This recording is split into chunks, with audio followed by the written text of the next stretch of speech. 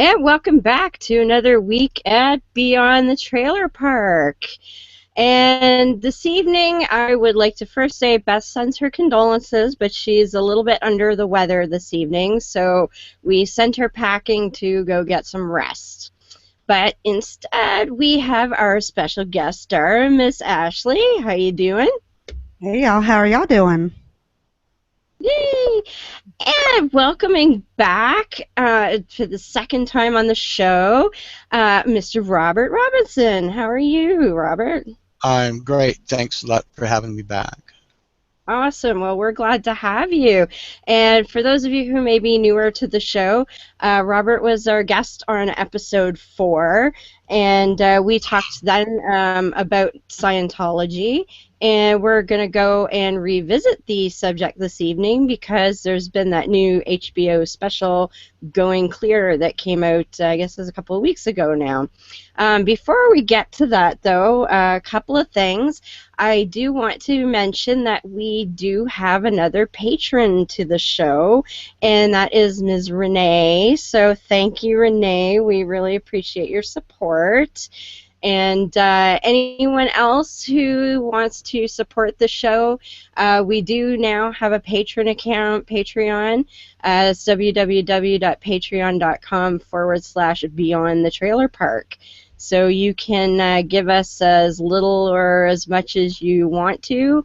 It starts at $1 a show, or you can even cap it at a lump sum per month, whatever works for you. We are appreciative of any little bit that anybody can spare because, you know, bandwidth and equipment and crap. Well, you see how slow my computer gets sometimes, people.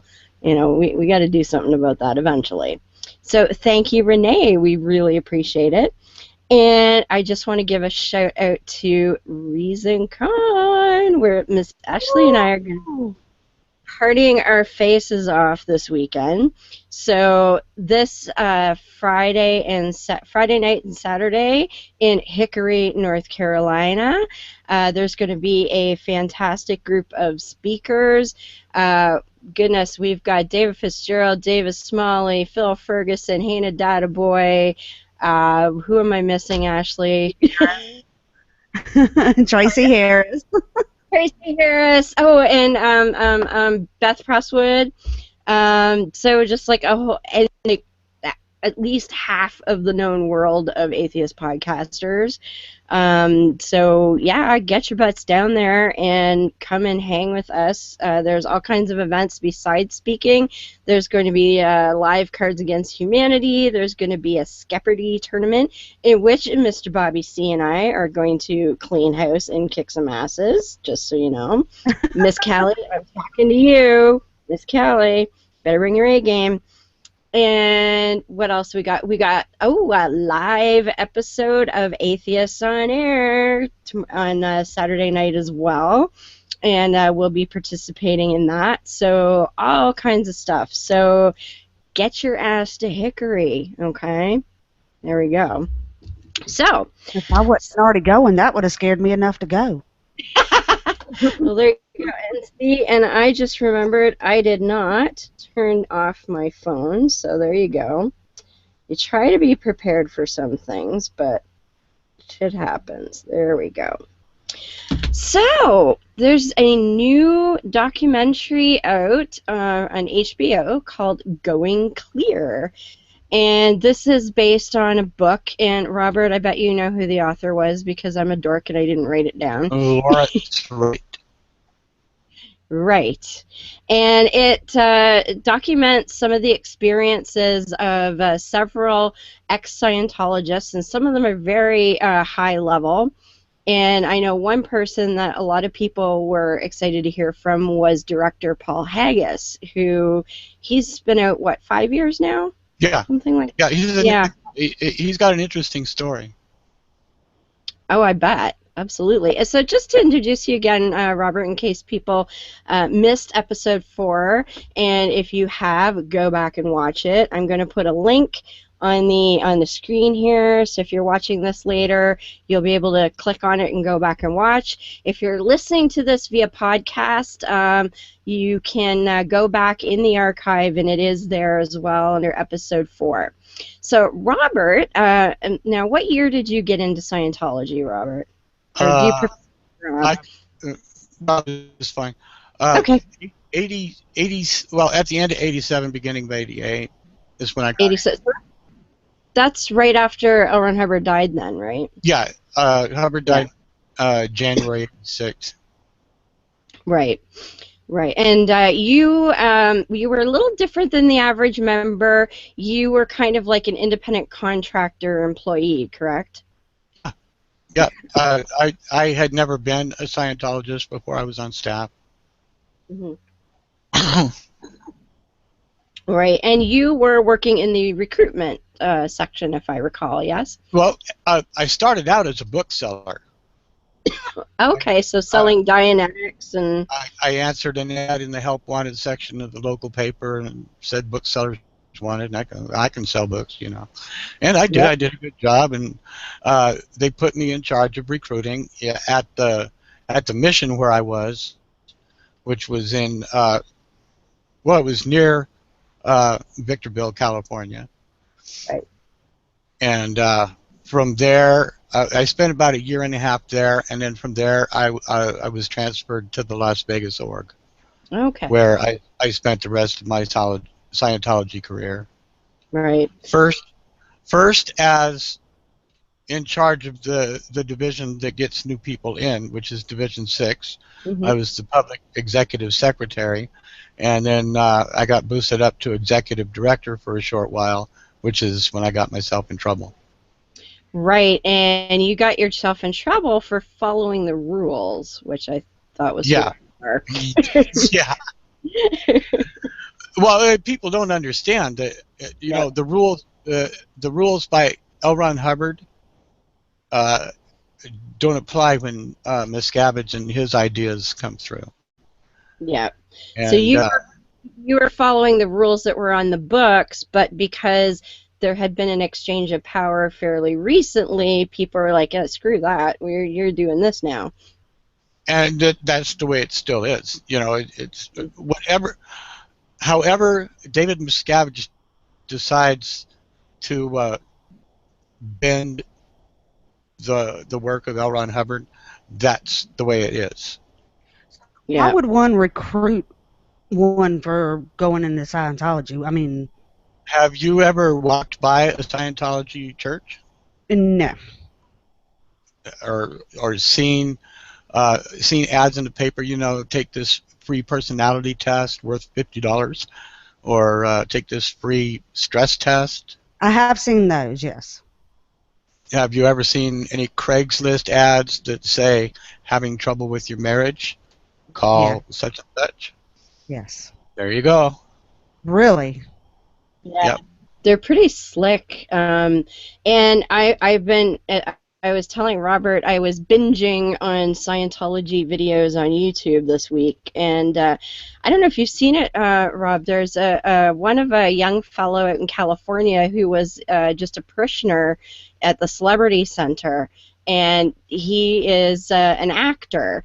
And so in Hollywood, he said they really target the actors. They put in ads in all of the industry magazines and papers, you know, you want to land that audition, or do you want to get your script read, and we can help you, and that kind of thing. And even at the agencies that find extras and that sort of thing, they'll like camp out outside the agencies and try and talk up, you know, wannabe actors to get sucked in. Right, and then you know what they'll do is like they'll actually take them in and they'll show them films, early films of Travolta, where he was saying that if it hadn't have been for Scientology, he wouldn't have been a good actor, you know, which is a lie.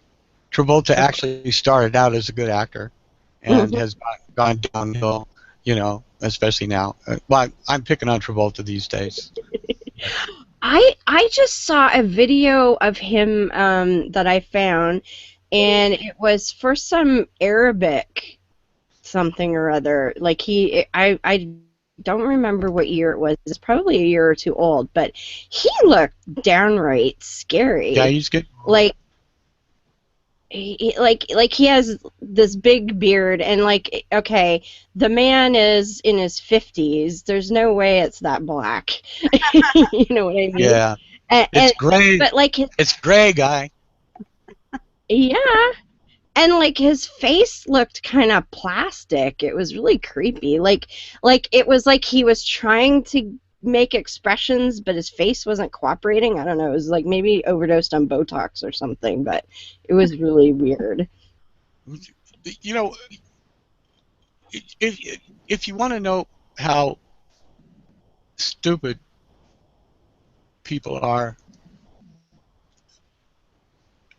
watch the Simpsons episode "The Joy of Sect." I think I remember that one. Where the family gets into a cult. Yes, yes. Okay. Who plays Bart Simpson? Yeah. Nancy Cartwright. Oh, Nancy, who is a hardcore Scientologist. Very hardcore. Very He just hardcore. gave them like a couple $1 million over the last couple of years, from what I understand. Yeah. No, and I saw that, and I'm going, doof? Do you see what you... Yeah. You're making fun of cults, you know? Of course, Scientologists don't consider themselves a cult, so, no. No, and that was one thing with the Panorama expose from several years ago. The British journalist John Sweeney, he said, you know, they kept saying, don't say cult, don't say cult. And then, you know, if he said cult, they lost their shit. And, you know, Tommy Davis went ballistic in his face. And, you know, that was all an act by Tommy Davis. It was, yeah. He wasn't mad. He was actually trying to provoke Sweeney, which he did. He did. And for those of you who haven't seen it, well, this was a journalist show, Panorama, and the original show I think was like 2007, 2008, somewhere in there. And Tommy Davis was the spokesperson for Scientology at the time, and it was his job to mess up the production in any way possible, and he was following the journalism team and showing up at their hotel at midnight and yelling at them for talking to the wrong people, and eventually he just poked and poked and poked to the point that John Sweeney just screamed in his face, like live on camera. He was apologizing. He was apologizing for 2 years after that. Oh yeah.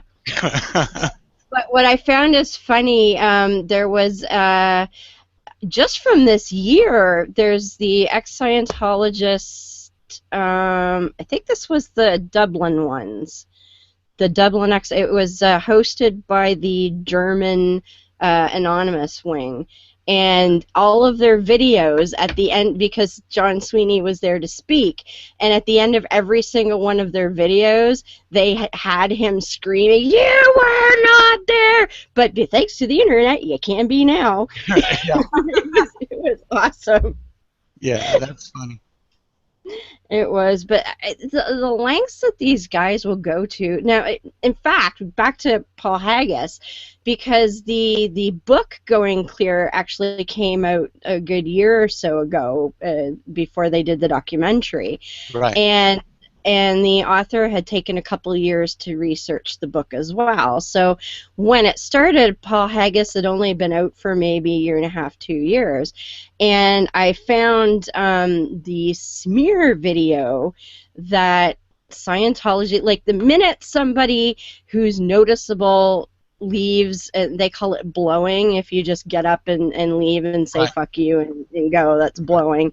and they'll put out like a propaganda smear film, and I was laughing like well, you know, he did this and that, and you know, he's not that good of an actor, and, oh yeah, he has a couple of Oscars, but they weren't that good a movie. And I was like, are you kidding me?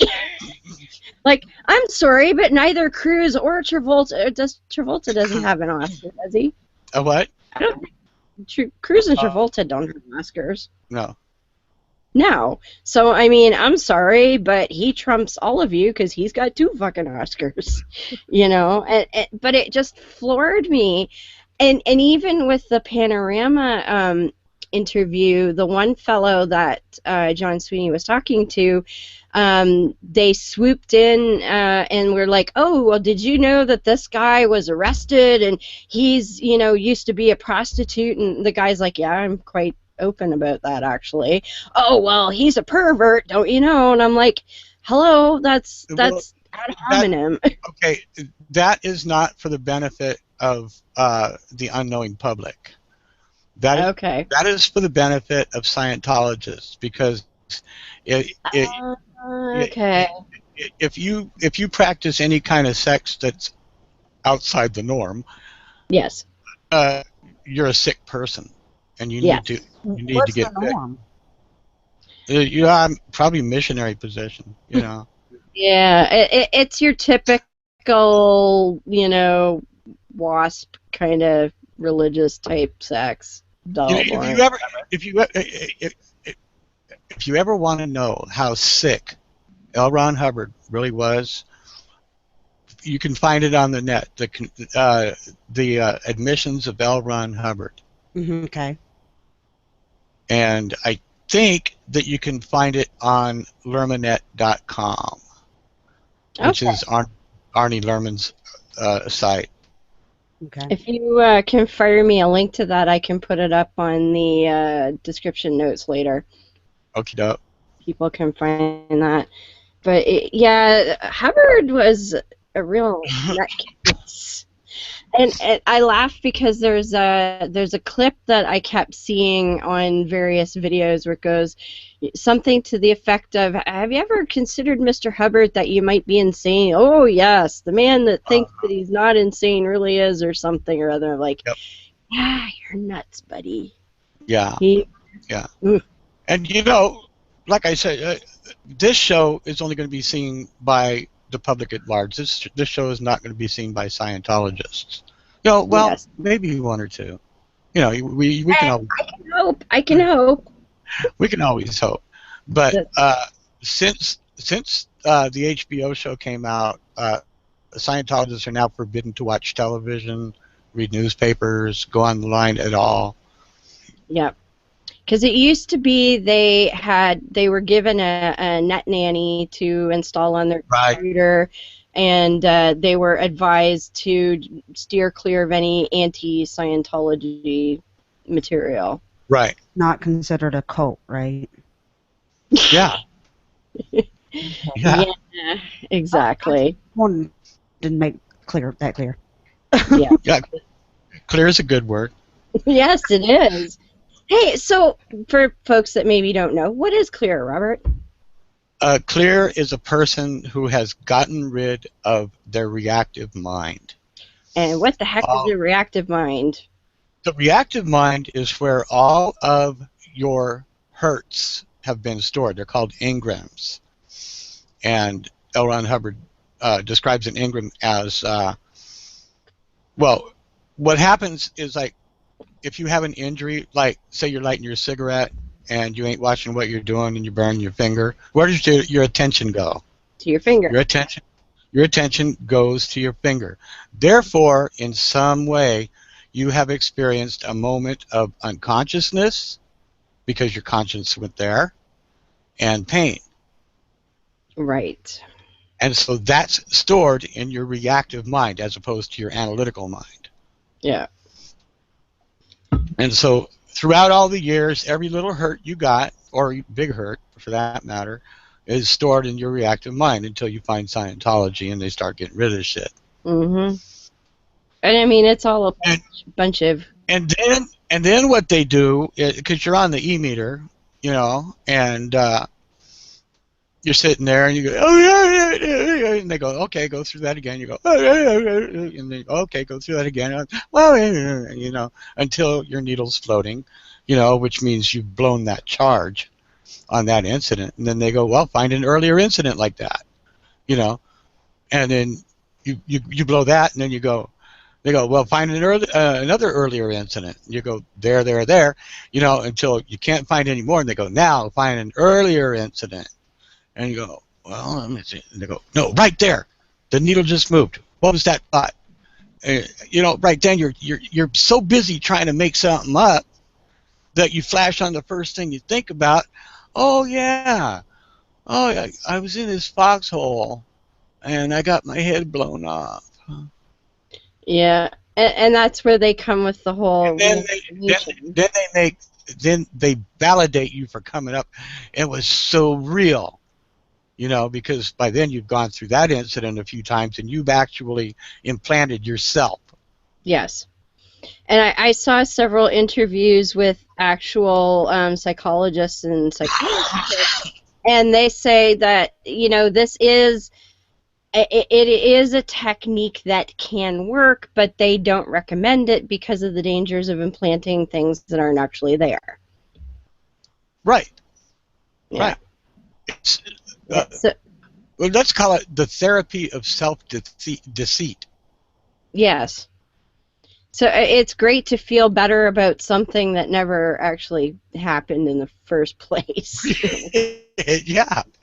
Woo, I conquered that. It's like, well, you never experienced it in the first place, you dummy. But they rope you in, and it's so gradual. Like I've heard so many stories now where they say, well, you know, they start out with, say, a communications course, and they say, well, the communications course, actually it had some beneficial stuff in it, and you know I noticed an improvement in how I communicate. You saw you saw the HBO special where Jason Begay was actually talking about that.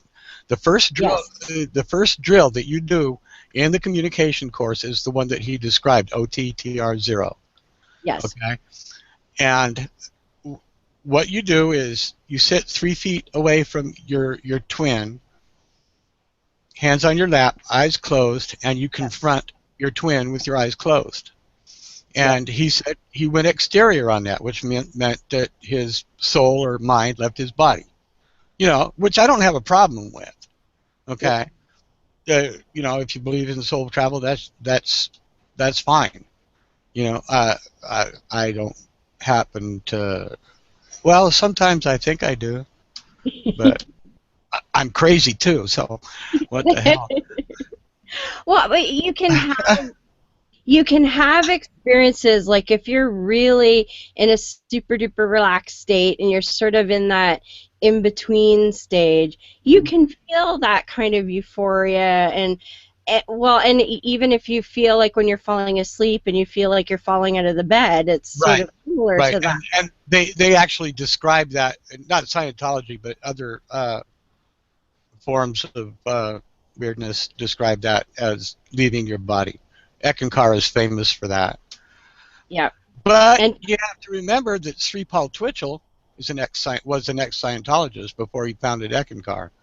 So. Lovely.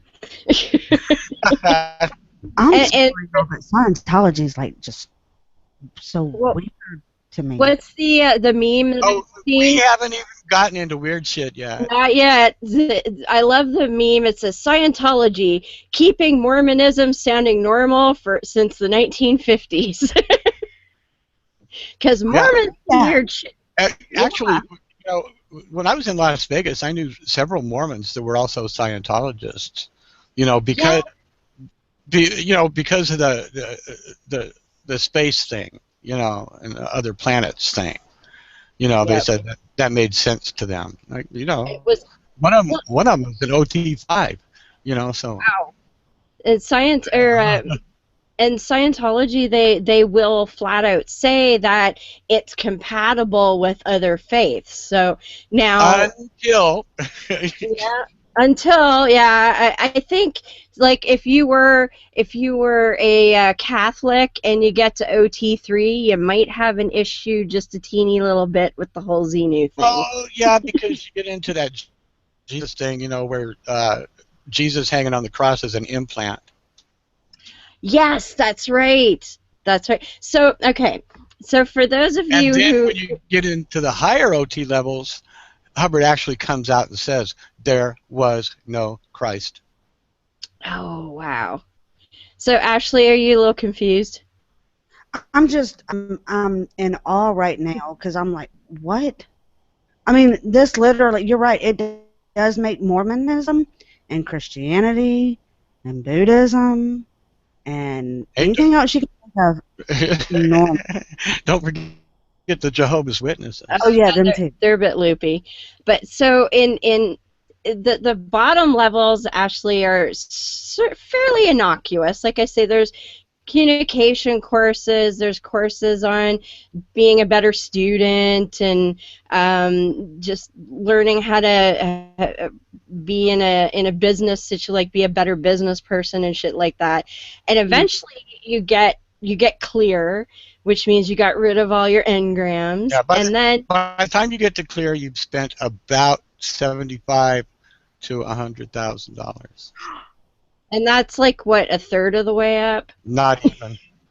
Not even. Not even. So no, not long after. Because by the time you get to OT, you'll be on OT7 for at least a year.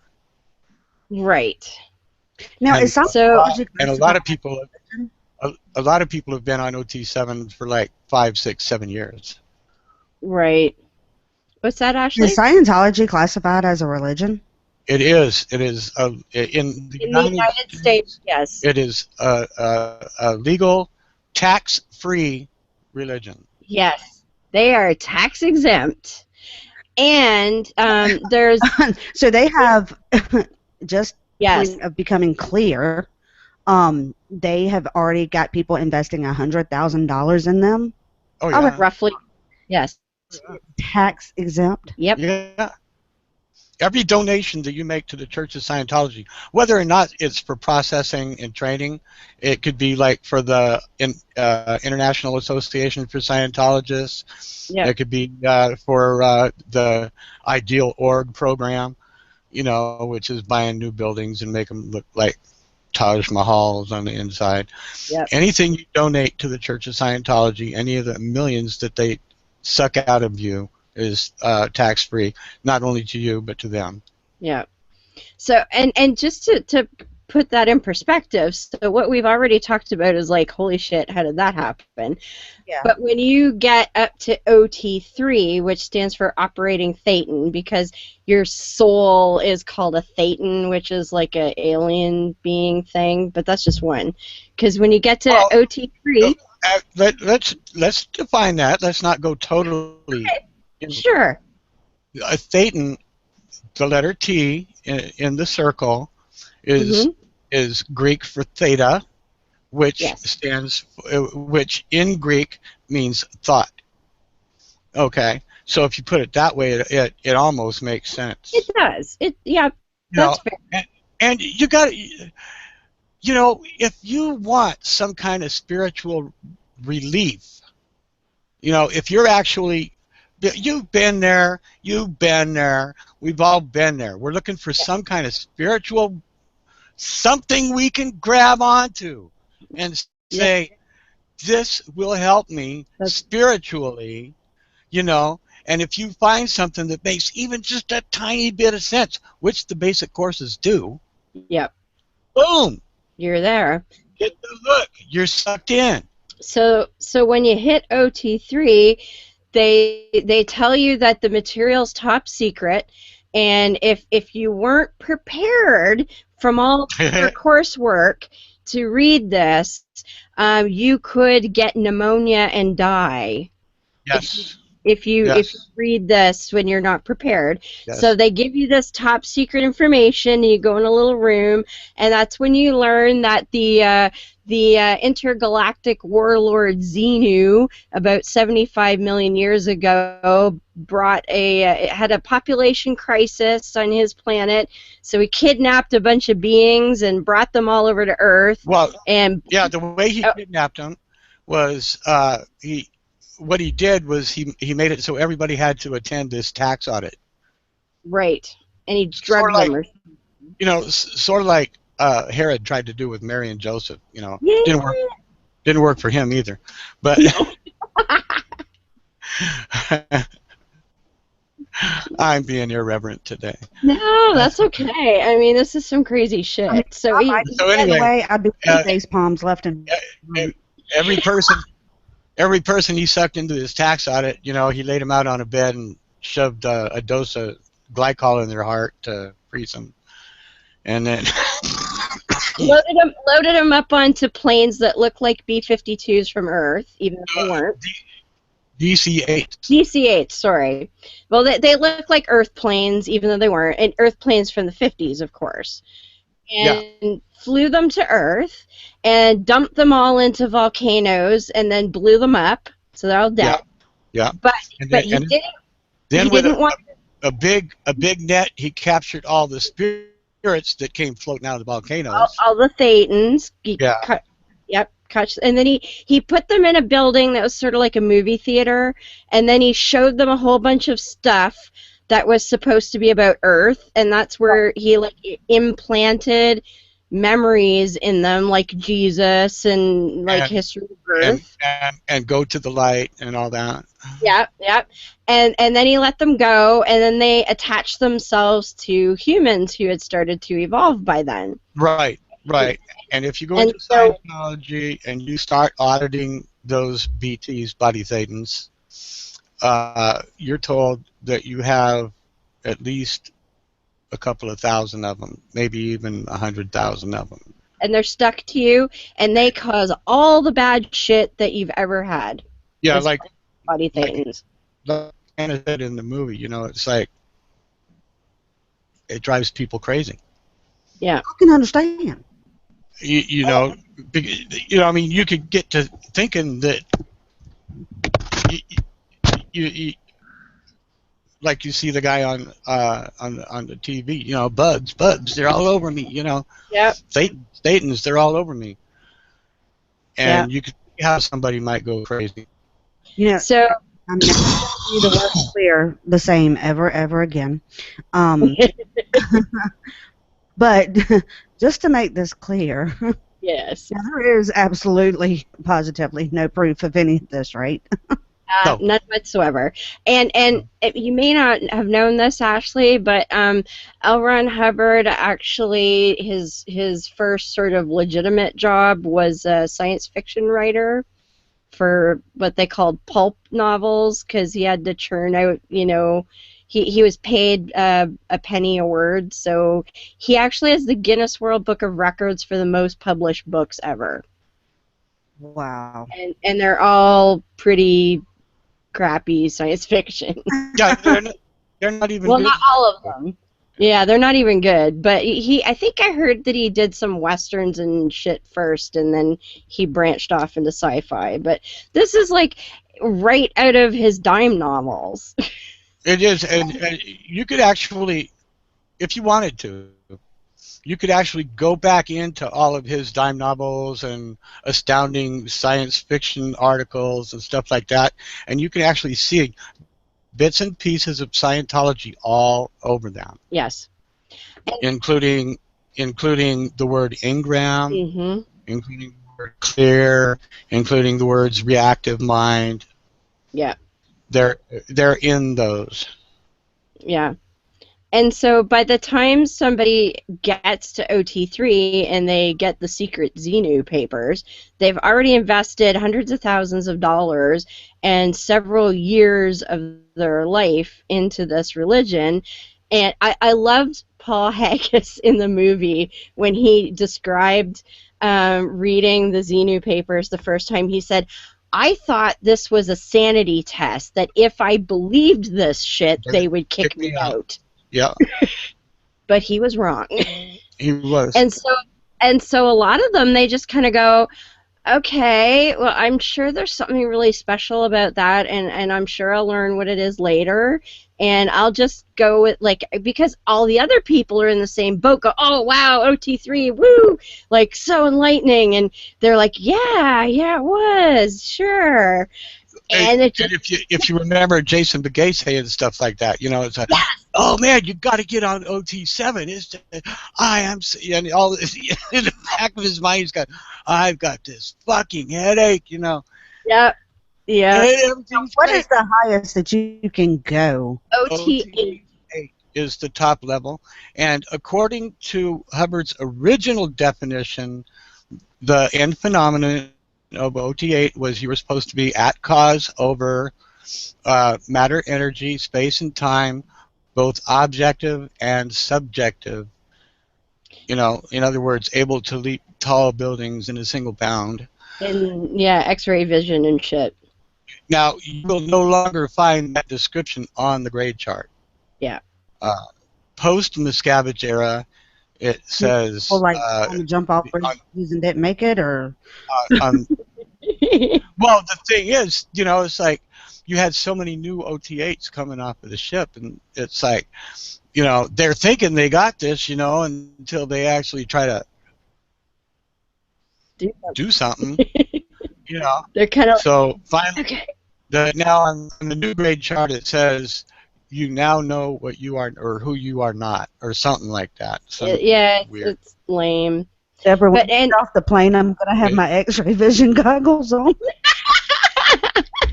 Woo! She's going to go OT8 between now and Friday morning. And you know, I found there was a video floating around on YouTube, and there's actually three or four of them, of newly graduated OT8s giving their, like, woo, I graduated speech. Isn't that fun? Oh my god! I'm like, I felt really bad for the little old lady who's just like, I'm 83 and I'm OT8, and I'm like, you poor thing, like, you have no pension left and you still can't, like, you know. Yeah, I hope when you come back you're still OT8, you know, or so, I don't know. Yeah, but they were, just like, oh, it's so amazing, and and everybody's in the audience going, oh,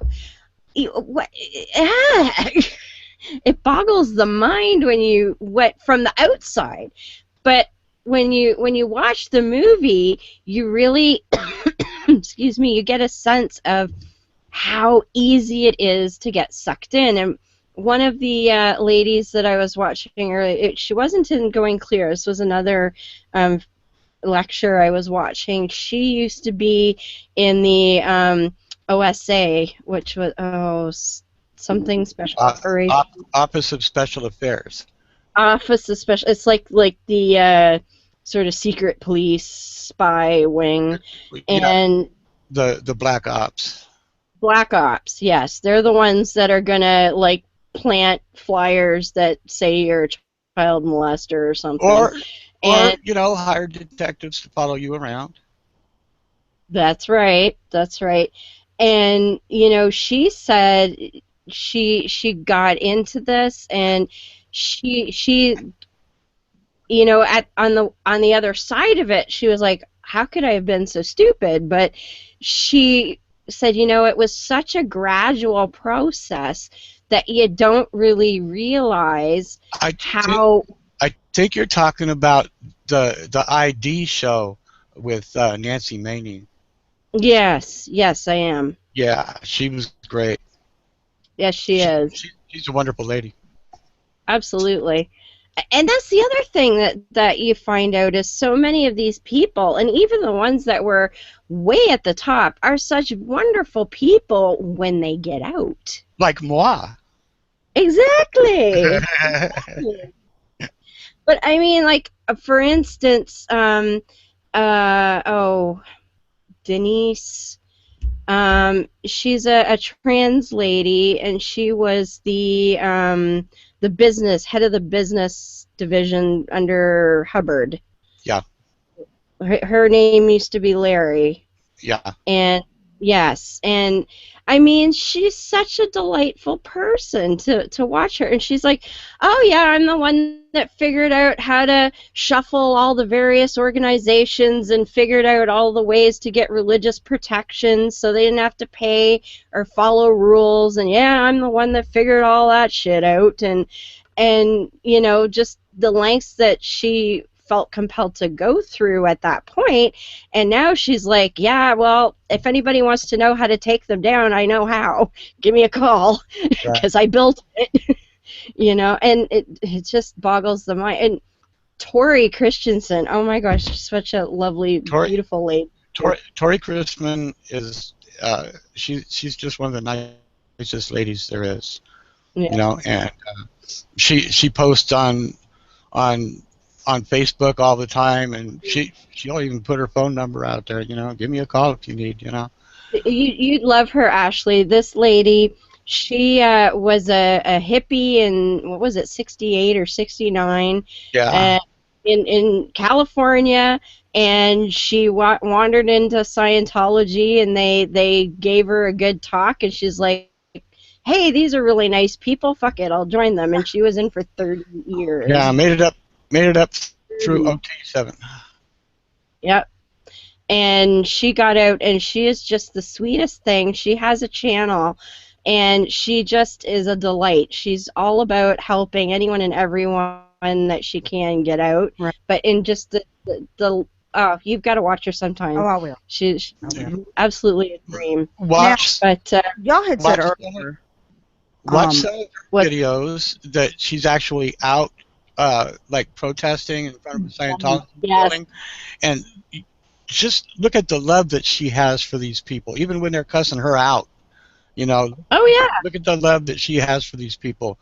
You know, it's like she doesn't have an agenda. The only thing she wants is for these people to be free. You know. Yeah. And she says, "Do what L. Ron Hubbard said. Look." Yes.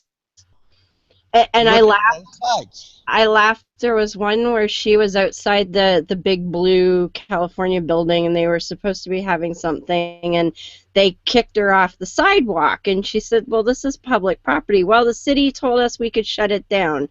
She's like, okay, I'm going to go across the street, but I want to see your permit. And like 20 minutes later, you know, the cop comes across, hi, Tori, here's the permit, you know. And he's on the radio. Yeah, somebody got the permit. Tori wants to see it, you know?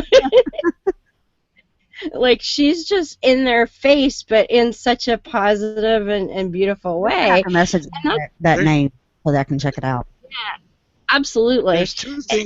There's two things you could watch on YouTube, and they're both dramatizations. I sent it to Beth a couple of weeks ago. One is called Until Nothing Remains, and that's a German one. That is excellent. I did watch that. It has English subtitles. And the other one is called The Bridge. I haven't gotten into that one yet. Yeah, watch that one. That one will break your heart. Okay. It's about a girl that joins the Sea Org and becomes disillusioned rather quickly. Yeah. Well, and like we said, the Sea Org is, like, they work just ridiculous hours for almost no pay. They have crappy accommodations. They have crappy food. But the other thing, and Tori brings this up, is they're very anti-medical and medication. And Tori, she has epilepsy. And one of the things that she talks about in her time, because she was in the Sea Org for a brief period, and they told her that if you're in the Sea Org, you don't take medicine.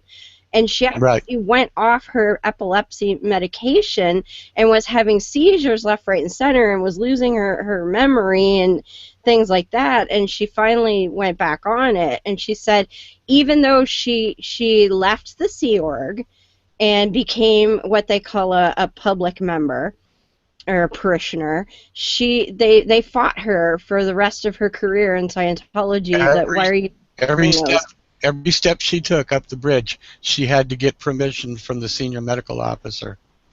Yeah. And there's a lot of evidence now that people have actually, well, there's the Lisa McPherson one where she actually died, and there have been several suicides where they were prevented from getting psychiatric care, and there's Yeah, even now, there I've been even cases of murder. that's what I was going to say. There have been people who had schizophrenia or other mental illnesses that needed treatment, and they were deprived of that treatment, and they murdered people. One fellow, teenage, I think he was either late teens or early 20s. He stabbed his mother to death like 70 times because his mother and father refused to treat his schizophrenia. Right, and his sister is actually a high up Sea Org member at Flag Land Base in Clearwater. Yeah, I mean Still, it's yeah, and that's the level of brainwashing that people go through. I mean, look at the disconnection policy. yeah. Well, you know, you brought up the McPherson case. Yes, That's one of those cases where a person's on the OT levels and goes kind of nuts. yes, She went kind of nuts. She went out and got in her car and got in a little tiny wreck. yep, And before the cops could get there, she had stripped herself naked and was out walking on the street. yep. She had a So, psychotic break. yeah, she had a psychotic break. So they take her to the hospital. Before she can even get seen by a psychiatrist, Scientologists are there demanding that they release her to them. And they talk her into saying, yes, I want to go with them. Right. And so they lock her into a little room and they put her on what's called the introspective rundown. And in the introspective rundown, nobody is allowed to talk to you at all except for your auditor. And they can only, like, they can bring you food and drink, but she wasn't eating or drinking. Yeah. And she just wasted away. And finally, they said, well, we better get her to a hospital. Did they drive her to the first hospital? Ooh, No. Did they drive her to the second hospital? no. No. They drove her to a hospital that was more than 7 miles away where, in the emergency, she was declared dead. Yeah. Oh. And she was she was like my age, in her early 40s. If I recall. She was in her late 30s, yeah. Late 30s even. Oh, geez. Yeah. Yeah. So And she was pretty. they have their own like doctors and No. No, because No. if you're an operating thetan, you don't need that shit. Yeah. And if you There are Scientology doctors. There's a couple of them, and that were doctors and then became Scientologists. yes, But you know, it's like you're not supposed to go to them. The only time you're supposed to go to a doctor, really supposed to go to a doctor, is before you take the purification rundown. You have to be declared by a doctor to be physically fit to take the purification rundown. that's a regimen of Because yeah. people have died on the purification rundown. That's a so that's regimen out of the of question. that's a bunch of heavy duty vitamins, a lot of exercise, and hours and hours and hours in a sauna. Every day. And vaccines are out of the question. Oh, geez, yeah. Or you can't. While you're on the purification rundown, you can't take any medications whatsoever. Yeah, because the whole point is because they believe that any medication that you've taken in the past is still like in you somewhere. So this is the only way to purge all of it out of you. So if you took an aspirin when you were 6, that's still in there somewhere. You got to get it out. What? Now, I want you to think about this and see if it makes sense to you in a scientific way. Mm-hmm. All drugs are locked into your fat cells. Okay? So what you do is you do this like half hour, 45 minutes of hard exercise take a whole bunch of pills, vitamins, of course, and niacin. I don't know if you ever taken niacin, but Yeah. kind of set your skin on fire a little bit. And you're taking mega doses of it. I mean, you start out at 300 milligrams and work your way up to, like, I've known people up for over 3,000 milligrams by the time they were done. Okay? And then you go sit in the sauna for like 7 hours a day. Okay? Yep. And you're supposed to sweat out these drugs that were in your fat cells. Yep. What is sweat made of?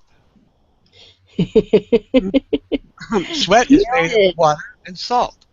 Water and salt. Yep. So how are you going to get rid of the toxins in your body if you're sweating out water and salt and they're locked in your fat cells? Yeah. Doesn't quite compute. No. It isn't. But you don't think about that when you're in a cult. Nope. Not at all. Wow. It's pretty crazy. Let's take a break, and I'm going to play this week's creation moment. So if you guys need to pop out for a minute, you got about 7 minutes while I play the segment. And then we'll come back and talk some more crazy Scientology. Cool. Hang on here. It should be playing in a minute. Come on. For the listeners out there, this is the reason why she needs more Patreon money. Yes, because my computer doesn't like playing these things in a timely fashion. Oh, come on, you bugger. As I say, I can edit this out before I upload the audio. That's okay. Robert gets a couple extra minutes to have a smoke then. Okay. But it makes it so real. It does. Everybody's watching the lovely VLC. I never will forget the first time you put that up there. I thought something was wrong with my computer. Oh, come on, play already, for pity's sake. Why won't it play? Come on, you bastard. Okay, this is not cool. Probably a T-something 8 or something's gotten a hold of it because we were talking. Oh, here we go. The atheist's nightmare. A well-made banana is just the right shape for the human mouth. Chewy, easy to digest, and it's even curved toward the face to make the whole process so much easier. I choose to believe that the earth is young. When we do that, when we understand that creation is the truth, then we understand where all of our doctrine comes from as well. I just want to let you know that there actually is a book out there that actually tells us where matter came from. Bill, I do want to say that there is a book out there. Next time you hear on television somebody say millions of years ago, what's the question we're going to ask them? Were you there? Were you there? Call them up on the telephone and say, excuse me, Mr. TV man, were you there? Only way we could know what happened in the past if someone was there to tell us. That's right, dinosaurs lived beside people. And of course you'll have an evolutionist who'll say, that's not right, dinosaurs lived millions of years ago. What do you ask them? Were you there? Welcome to Creation Moments, a little slice of creation silliness that I get in my email every day, and I'd like to share it with you so that we can all get a taste of just how crazy creation shit is. On this week's Creation Moment, Taylor's going to tell us about indoctrination.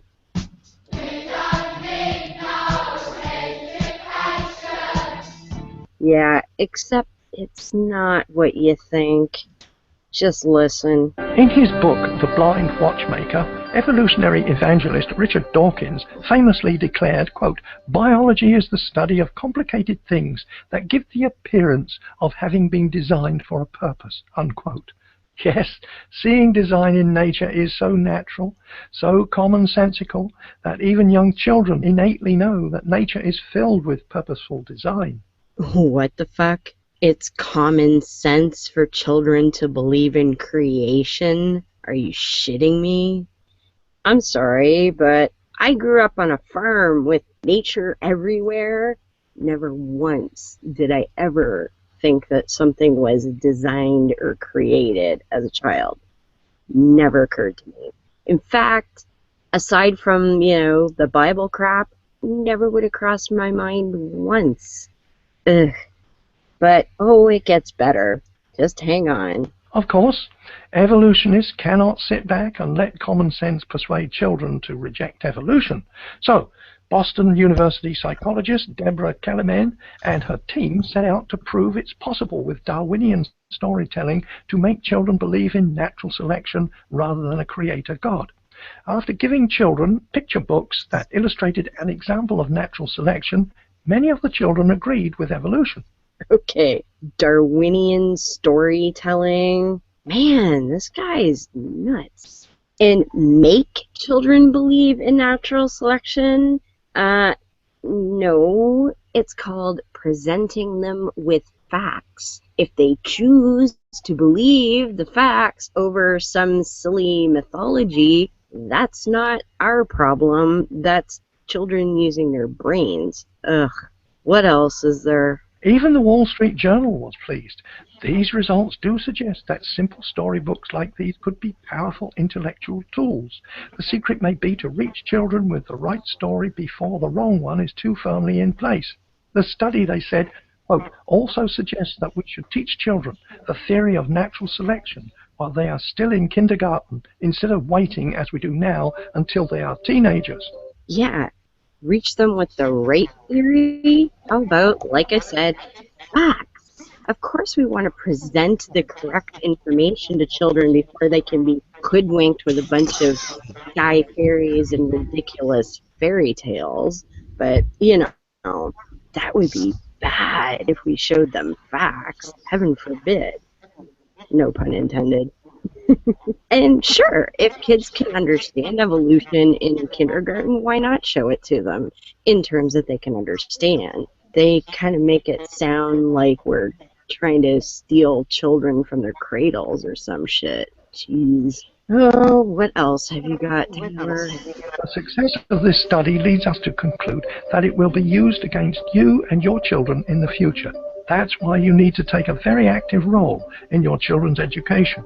Review their textbooks, ask questions, and if things get too bad, consider alternatives to public education. Used against your children, huh? Ooh, it's the boogeyman. It's the evolution boogeyman. Ah.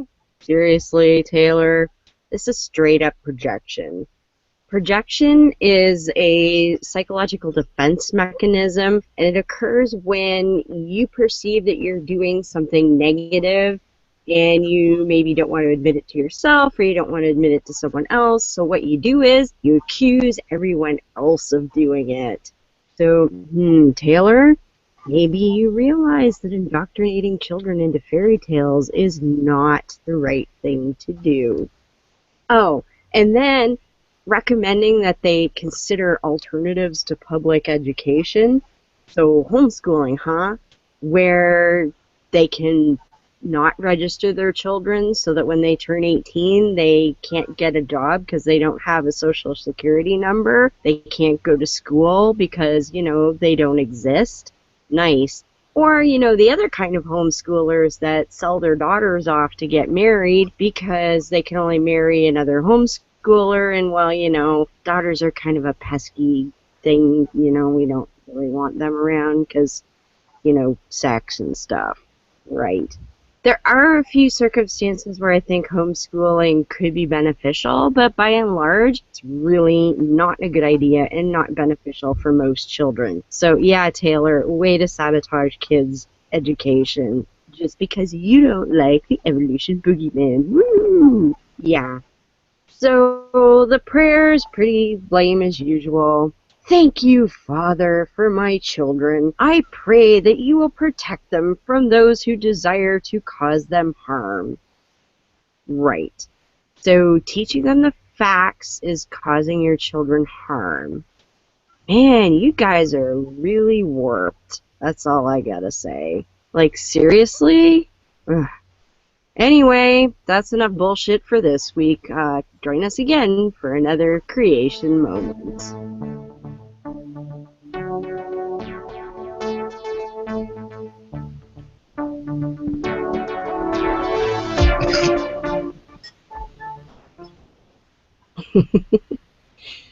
Ashley, you missed the surprise pictures, I think. Yeah, I think I did too. I had to step away. But I I'm going know. to go back and watch them. I think I did see a couple of them, though, because I kind of looked at it and went, no, no, she didn't. Oh, I did. Did. What the hell? Before we get back to Scientology, I would like to say Yeah. thank you for that presentation. One of these days, I'm going to do like a full show on the Dominionist agenda. Oh, yeah, you're where very welcome. where I'm going to go into the wedge document and all that. Mm-hmm. Well, this is a mailing list that FODA actually got me signed up for, and I get an email every day or every weekday from these twits. It's called The Creation Moment, and that's usually just a bunch of bullshit. So I usually pick one for every show and rip it to shreds. Yeah, they're almost as evil as Scientologists. Almost. Scientologists have got them outshone on the weird factor, though. For sure.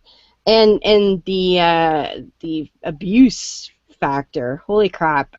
Some of the things that I came up in Going Clear I had not heard of before, like the Miscavige beating everybody up these days. That's a new one for me. That's actually been going on for a while, you know. Yeah, I just hadn't heard that one before.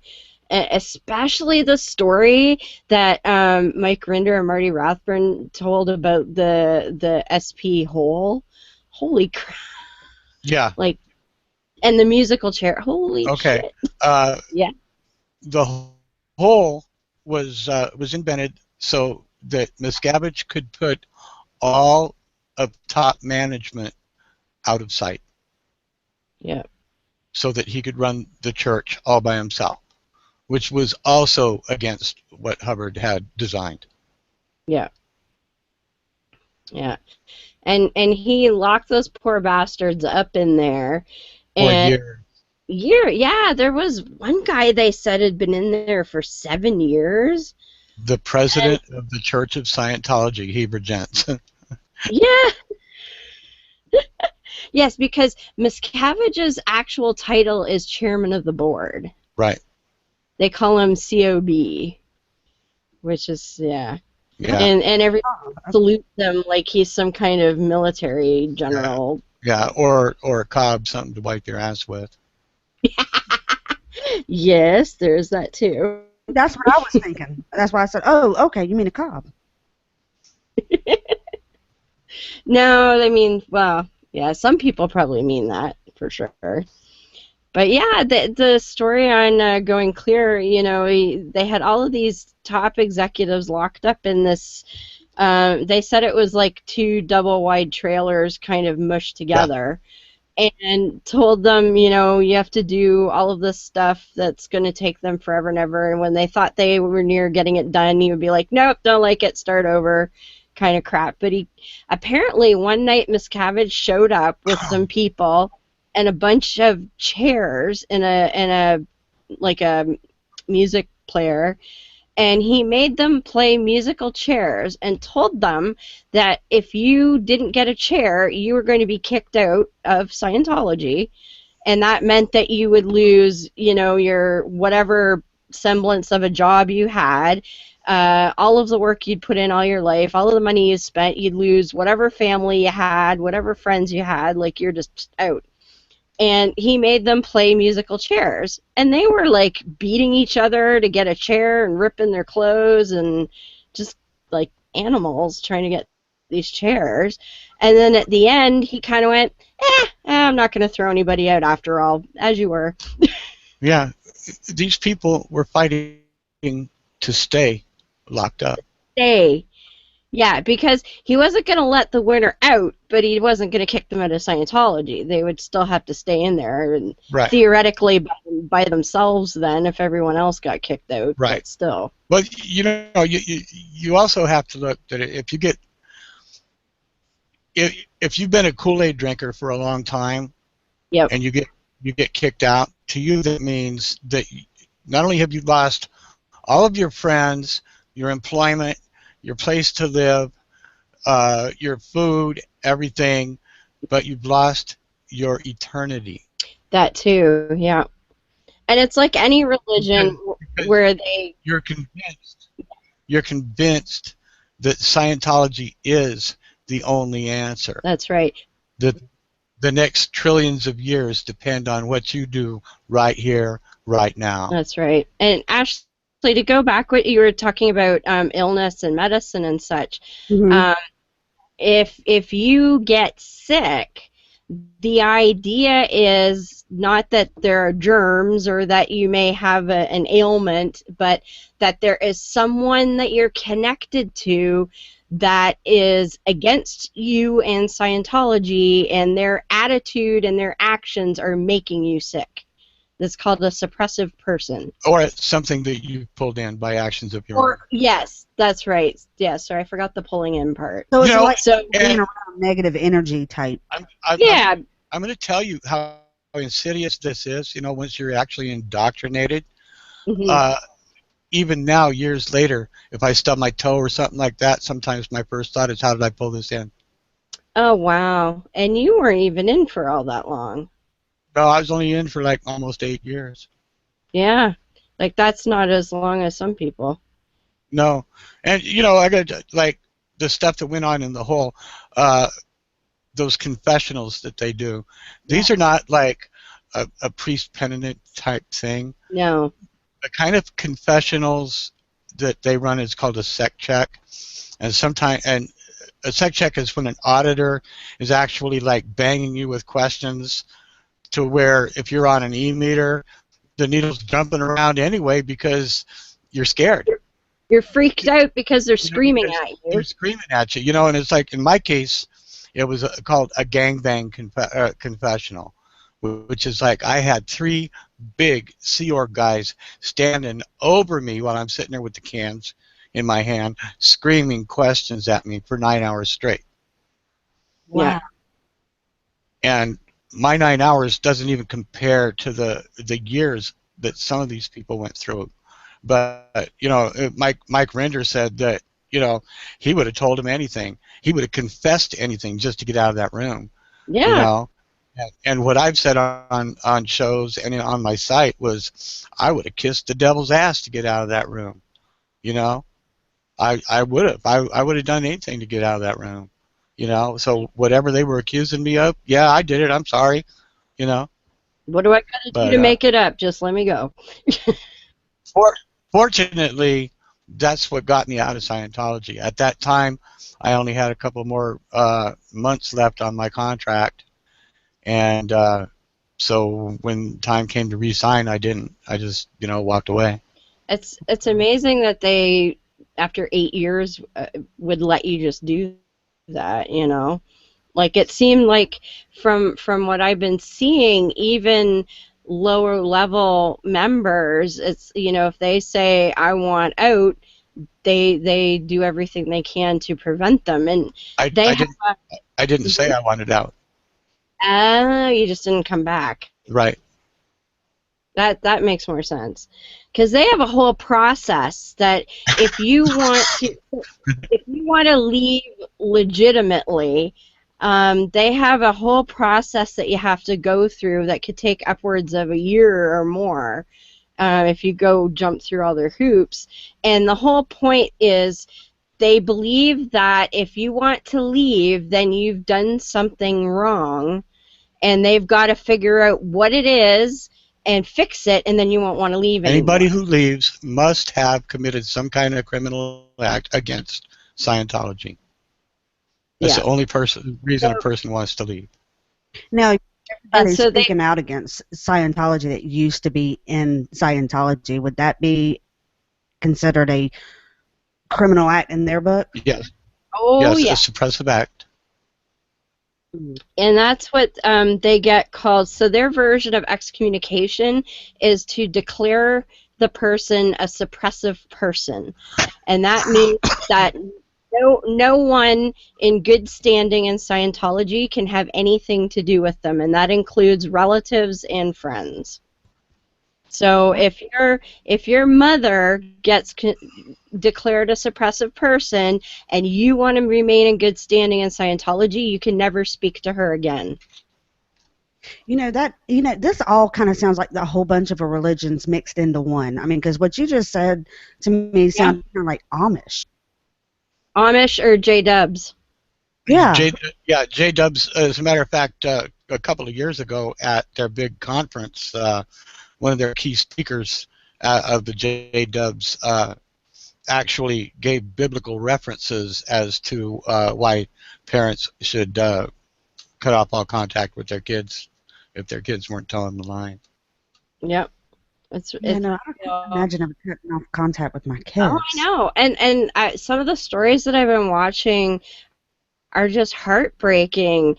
Did you see A Mother's Heartbreak with Lori Hodgson? Not that one, no. Yeah, look up Lori Hodgson on YouTube, and there's a couple of good videos with her. She's the one that her kids were ordered to disconnect from her, and she's gone through a lot of hoops just to see her son for just a little while. Yeah. But still, he said, if you want a relationship with me, you know what you got to do. You got to go through the steps and become a member in good standing again. And the one that I saw that kind of really got me was Amy Scobie, where she had gone to her mother's, and the mother knew that she was going to be told to disconnect, and she said, "I'm never disconnecting from you, not going to happen." And what they did then was they leveraged the stepfather against the mother and said, well, if she doesn't disconnect, then we're going to declare her and you're going to have to leave your wife. And she ended up choosing her spouse over her mother. Right. And the thing that got me was when Amy described, like, her mother said, to come visit, and they went out on I think it was out on a river or lake or something, and sat down together, and that's when she said, I have to disconnect from you. This is the last time we're ever going to see each other. I'm really sorry, yada yada. And that's after she swore up and down she'd never do it.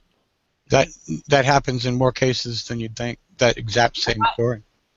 Oh, I believe it, because in the moment they say, well, I can't abandon my child, but then they go and leverage every other single person in that person's life to say, oh, you don't want to lose that child? Well, then you can have them, but you lose everyone else.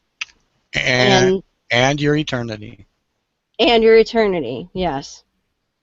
And then they get to, because they've been in a cult for however many years, they start thinking, oh, well, maybe my child is got something wrong with them, and maybe it is better. And it's not just for them, because they're convinced that they can save the world with this shit. Yeah, and you have to remember that the Kool-Aid actually has a cumulative effect. Yes. Each step that you take up the bridge, is another compound of Kool-Aid added on to the Kool-Aid that you've already got in you. Yeah. So that, but by the time you get up into the OT levels, it's like you're this much Kool-Aid and this much to go. Yeah. And there's that whole, and we've talked about this with other religions too, that whole feeling of, if I've been wrong about this for all this time, that's like embarrassing on an enormous level, and people think I can't have been wrong for all these years. I must be wrong about my doubts and not about what I've been doing all this time, and they rationalize it because they can't come to grips with having thrown 5, 10, 15, 30 years into something that's not true. Right. And it's not just Scientology. It's almost every cult and every controlling religion. And you know, for those who don't understand the Kool-Aid reference, remember Jonestown. Yes. Yes. Jonestown. In fact, was it Rinder or oh, it was one of those guys. It was Mike or Marty, I think. As somebody had once asked them if they thought that Scientology could get to a Jonestown level, and originally they had said no, and then now they're thinking that yeah, it could actually, because Miscavige has gone off. We've had a lot of discussions on ex-Scientology message board about that, and probably the trickiest way that Miscavige could manage it would be to say that, you know, Hubbard's Satan self came back and told him that they all need to take the big step up the bridge and go to OT24, like right now, and each person would end up paying $1,000 for that cup of Kool-Aid. Yeah. Oh, I know. He would find a way to get their money on the way out. Yeah, and you can bet that he wouldn't step out. No, not at all. He'd be like, "Oh, mass hysteria. They all read the wrong thing, or they went too far ahead, and this is what happens when you're not prepared for the next level, and you know, that kind of shit." That's exactly what he would do. Yeah, and you know, because you've watched Going Clear a couple of times now, right? Yes. Yes, I have. Okay. In one of the photos where David Miscavige is looking straight at you and he smiles and he kind of turns his head about a quarter. Yeah. And you look at that smile and you go back in the old archives and look at Jim Jones. It's the same exact smile. I mean, I watched it 3 times. I didn't pick up on it, and then I was watching it again today and I go, God damn. Yeah. Well, case in point, where the hell's his wife? Where is Shelley? That's a good question. You know, Leah Remini actually ended up leaving the church. Yes. Over that exact same question. Yeah. So actually, David Miscavige, who's the big cheese right now, his wife, who would have been, you know, kind of the first lady kind of deal, has not been seen in public since 2007. Really? Yeah. Yeah. And she hasn't been declared dead? Nope. No. He's claiming that she's around. He's got her. Actually, Leah Remini's a remarkable woman. After she was declared, she went to the LAPD and filed a missing persons report on Shelley. And so the LAPD actually did an investigation and they actually talked to her. Okay. You know, but they won't release where she is. Most of us think that she's at Church of Scientology's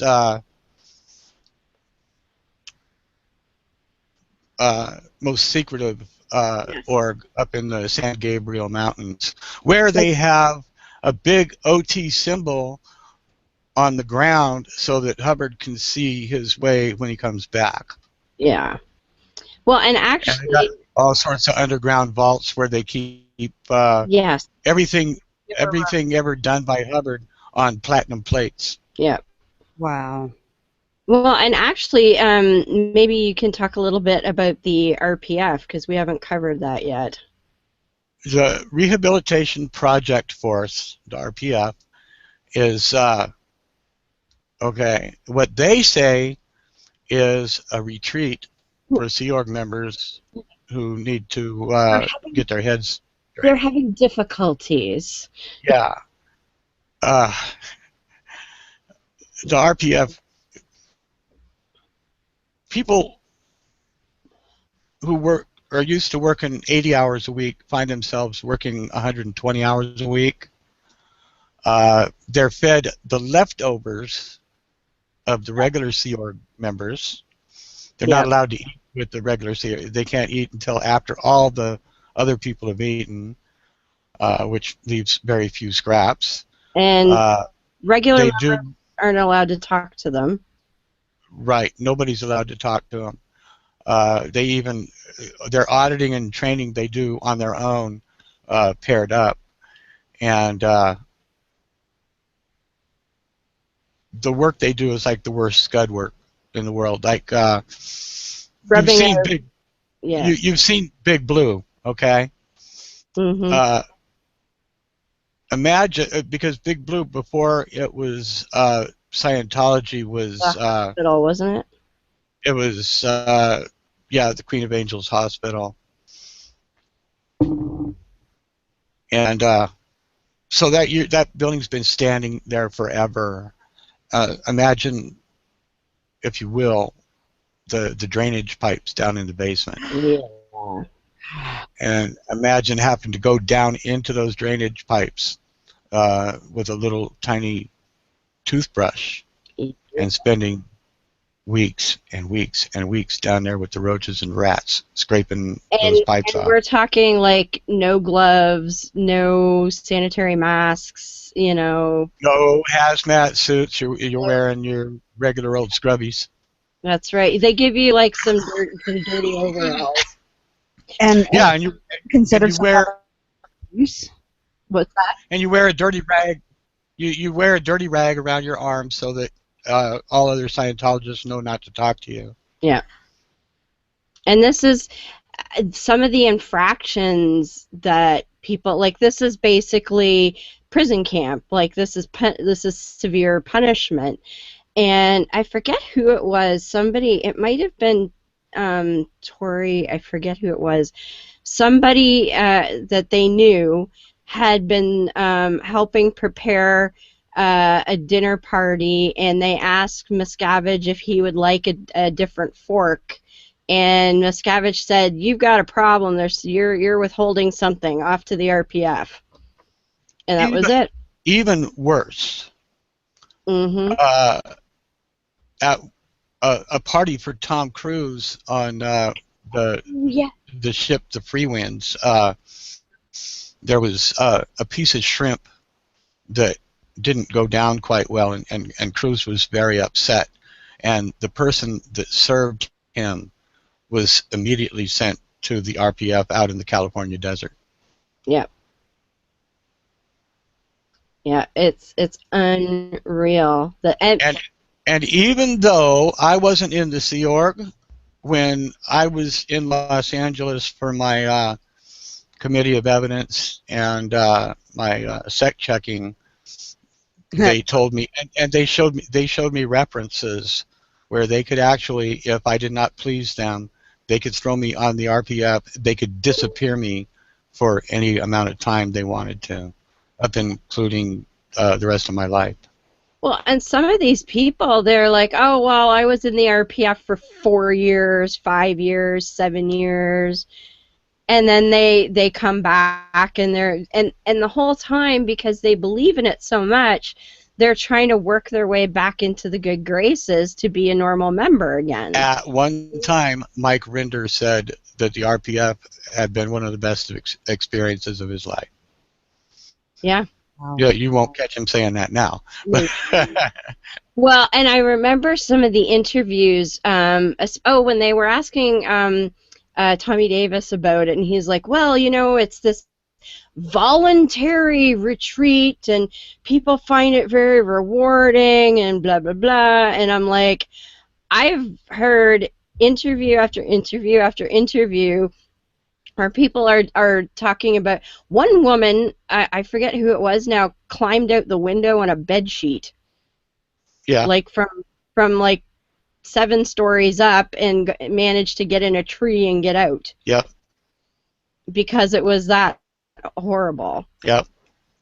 And of course, Tommy Davis doesn't have to go on the RPF because he's got a movie star mama and a rich daddy.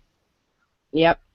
Although, now, we don't really know what's up with him right now anymore, do we? He's not in the Sea Org anymore, but he's still a Scientologist. Okay. He's not, I heard. Not saying anything. He's out in, like, Texas or something. Yeah. Yeah. Matter of fact, he was recently deposed in the Monique Rathman lawsuit. Oh, You know what? I saw some of the opening statements. Whatever happened with that? The trial's supposed to start later on this year. Oh, okay. So, geez, that takes for bloody ever. Yeah, it's been like 3 years already. And so, Ashley, one of the fellows who left is about 10 years ago now, Mike Rathbun. He was like number 2 or 3 guy. Like he was the second in command under Miscavige. Second in command of Miscavige, Wow. and Yeah. auditor god, and he eventually left. And this is his current wife, because of course his first wife left him when he blew. He was declared, and she said screw you and divorced him, whatever.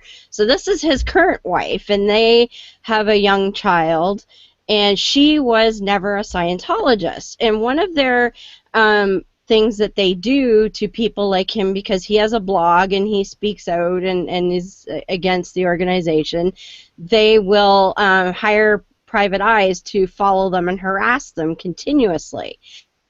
And the thing is, if he tried to sue, they would just say, well, that's an ecclesiastical matter, you were in the organization, and that he said... First Amendment all the way. Yep. But because his wife had never been in the church, she is suing because they were following her around even without him and videotaping her and stuff like that. So she is in the process of suing the church and Miscavige. Good. So I'm really hoping that gets somewhere. Yeah. Yeah, because it's ridiculous. It's going to be an interesting trial to watch, and hopefully the results will be on our side, because if that happens, a whole lot of shit's going to fall on Scientology. Well, a whole lot of shit's been falling on Scientology, especially this last 2 years. Yes. But a whole lot more is going to fall. Absolutely. And hopefully mean the end of it. Absolutely, because there's all kinds of... And again, I don't have, if a person wants to study the works of L. Ron Hubbard, go ahead and do it, if you really want to. I don't see a reason for it, but, that's because I've been there, Yeah. And, but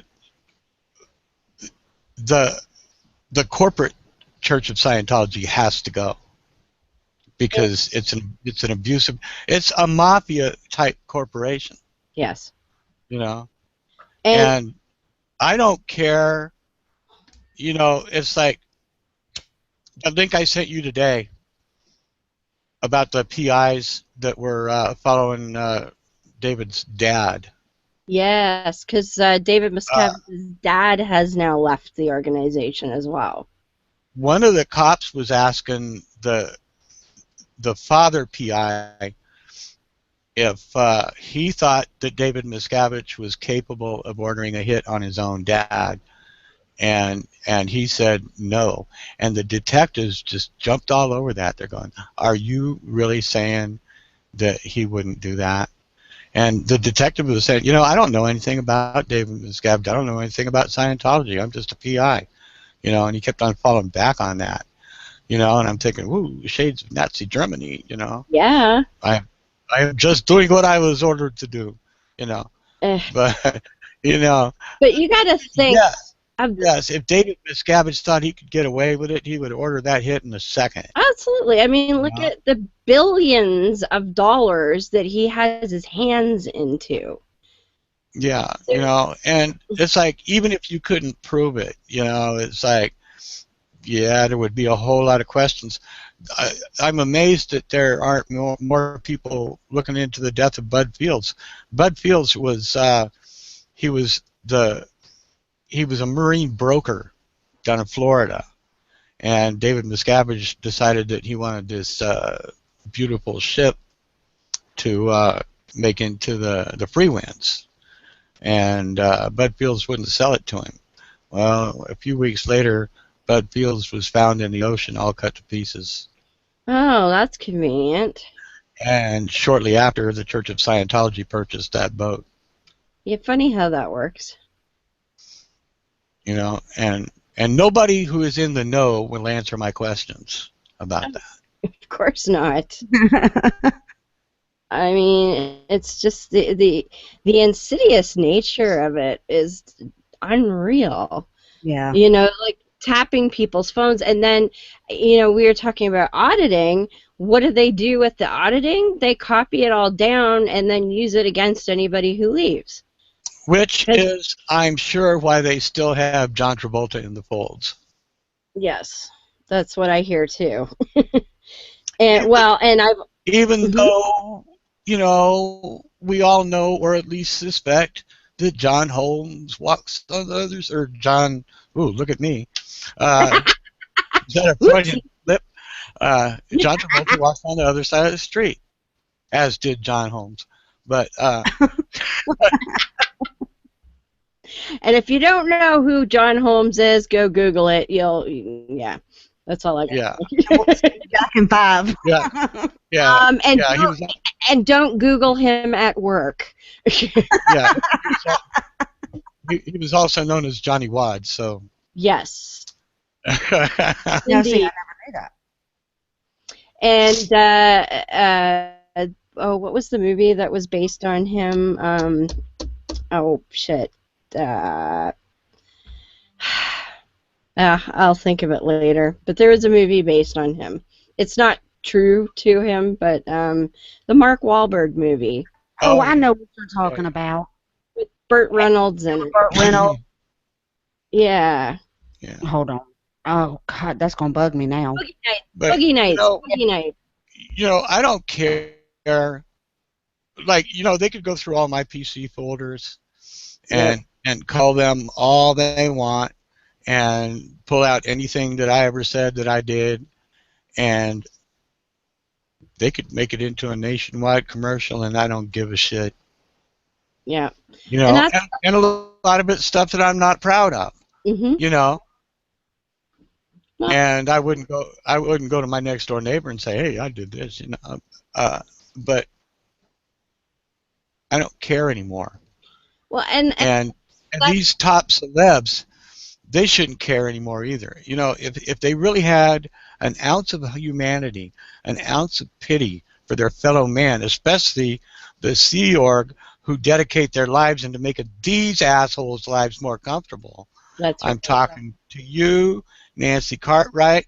I'm talking to you, John Travolta. I'm talking to you, Kirstie Alley. I'm talking to you, Tom Cruise. You should be ashamed of your goddamn selves. Absolutely. Tom Cruise, who got a divorce from Katie Holmes, how does that affect? I mean, was Katie a part of all that? Katie was never really a Scientologist. Okay. And Katie had an ace up her sleeve. Her daddy's a big-time lawyer. Yeah. Okay. I was watching a little bit about that too, and they were saying how she was very smart about it. She didn't let on anything. She waited until he was filming on location in some foreign country, and in the meantime, she had managed to establish residency in New York, which had more favorable laws for custody. And as soon as he was out of the country, she skipped town, and Daddy's a big lawyer, and he didn't have shit to say about it, Tom Cruise. Right. And she still hasn't been declared a suppressive person. Which is, yeah, that's surprising, actually. Yeah. Good, but surprising. Yeah, being Tom Cruise has its bennies. Yeah. And it's interesting that he hasn't been on or dated anyone at all since, that I know of anyway. No, they've tried to hook her up with a couple of people, but that hasn't worked out yet. Nope. No. Well, But you can bet that when he does see somebody, it will be somebody that's been approved by David Miscavige. Oh yeah, definitely. Like that one. I think she was a Canadian girl, actually, that shacked up with him for a little while before Katie came. Nausea something. Yeah. She annoyed Miscavige, and the next thing you know, you're out. Miss Gabbage was over to their place in Telluride for dinner one night, Yep. and she had a headache, and so she was having a hard time following what the conversation was. So Miss Gabbage got it into his mind that she was like dissing him, and so. Suppressive. But the thing is, you know, this is how chicken shit Tom Cruise is and David Miscavige is. They didn't tell her this. They had Tommy Davis go and tell her, you're no longer with him. And they had some Sea Org members go to her house and pull every note he'd ever written her, every love letter he'd ever written, every picture they had taken together, and had them all ripped out of the house. Yep. Wow. That's just crazy. Yeah. Well, let's take a break and play our next segment, our logical fallacy, and then we can come back and start wrapping things up for the evening. And how long is this going to be? It's going to be about 7 minutes as well. You go. Well, I'll be back. Yeah. Awesome. Let's see how long this one takes to play.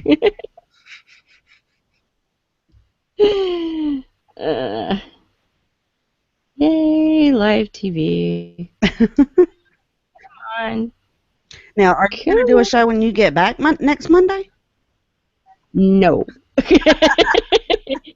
No, and no. Or will you recuperate? And now it's time for logical fallacies for dummies.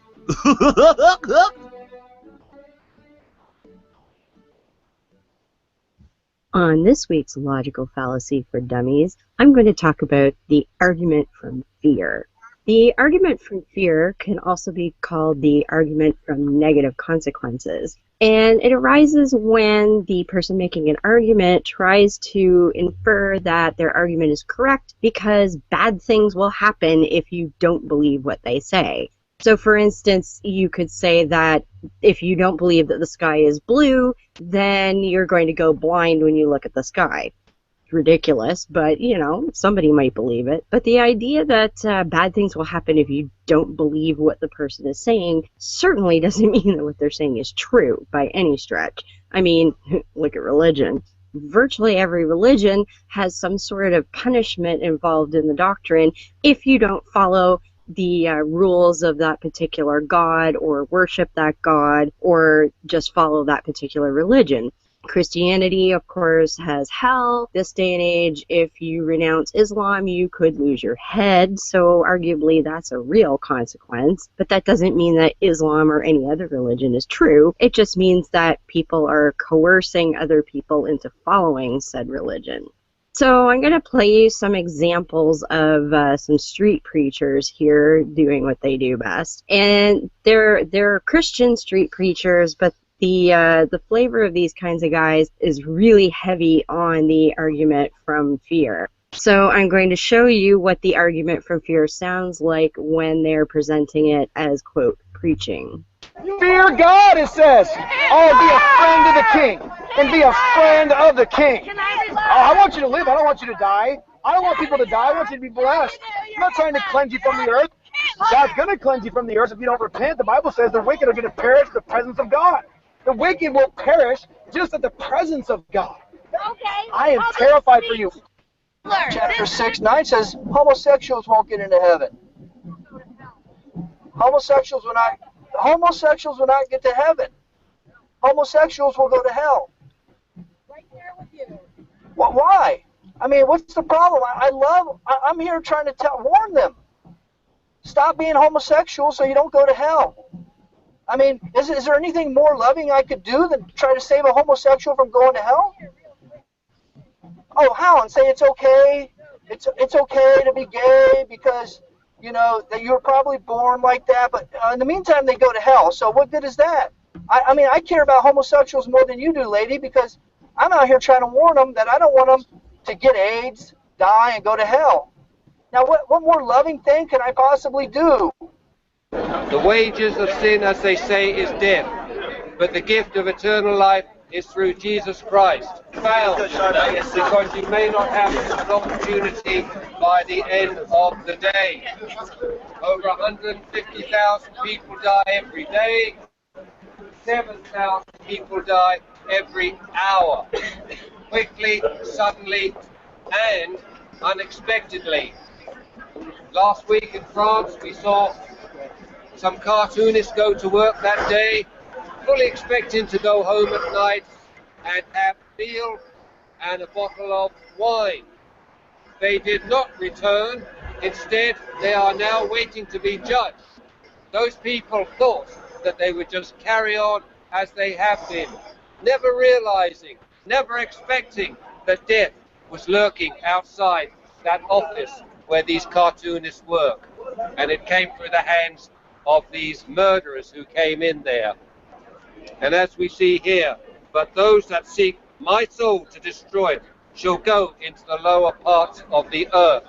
Another word, of course, for hell. You see, those people did not expect to see death that day. Most people don't.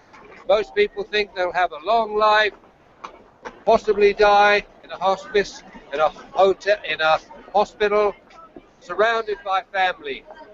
But the fact is, most people in hospital towards the end are on morphine and unaware and oblivious of what is happening. That is the tragedy. Unless you are born again, unless you have made that commitment, then, my friends, you are going to be on that same road as those cartoonists were. So the first guy is at a drum circle that I guess was held weekly on a beach, and I believe this was out in California. He decided it would be a good idea to go stand out there and preach because I guess people at drum circles are all witches and gay folks. How he got to that, I have no idea. But he starts off kind of subtle, where he's like, oh, I don't want you to die, and I don't want bad things to happen to you and all of that. He graduates to, oh, they're all going to get AIDS and die, and then they're going to go to hell. But of course, just because he believes that, and even if, you know, gay people did get AIDS all the time, which doesn't happen anymore, that's no proof that anybody's going to hell. There's no proof that God is real or the Bible's true or any of that. He's just fear-mongering. You know, it's kind of a version of Pascal's wager in a way. Believe this or, you know, you're going to burn in hell forever. Yeah, that just doesn't prove anything. And the other guy is a street preacher in London, England, and he's just standing on a street corner spewing his crap. And he's doing the same kind of thing, you know, the wages of sin is death, and how no one knows that they're going to die. And he, of course, drags into poor Charlie Hebdo people who were killed by Muslim extremists to illustrate his point. Well, they didn't know they were going to die when they went to work that day, so you better repent now. But again, that doesn't prove that God is real or the Bible's real or any of that crap. He's just doing a believe this or else. It doesn't show any validity whatsoever. So for somebody to use that in an argument, it's just ridiculous because it's just emotional manipulation. It's do this or else. So when somebody trots out the, well, if you don't believe me, then this bad thing's going to happen to you, you know that that's not proof at all. It's like if you vaccinate your children, they're going to get autism. Well, we know there's no proof of that too. So be wary, check your facts. Again, don't ever just take something at face value, but do your research. If somebody wants you to believe something, they bloody well better have some facts to back it up. And that was this week's Logical Fallacy for Dummies.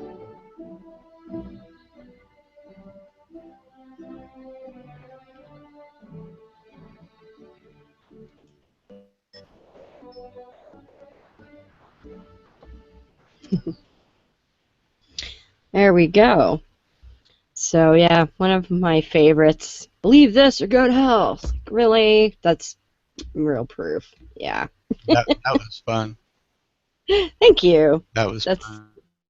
You know, actually, the proliferation of autism started in the next generation after the LSD generation. That's an interesting correlation. Yeah. makes much more sense than the vaccine bullshit. Yeah. Yeah, screwed up DNA makes a lot more sense than vaccine. Yep. Yes. Absolutely. Absolutely. So, Robert, any other tidbits of Scientology that we should cover before we call it a night? You know, I got to say, just about every person in that video, the HBO special Going Clear, and a lot of ex-Scientologists that you happen to see on YouTube or any other place, you'll notice that there's a combination of sadness and anger and a little bit of self-loathing. Yeah.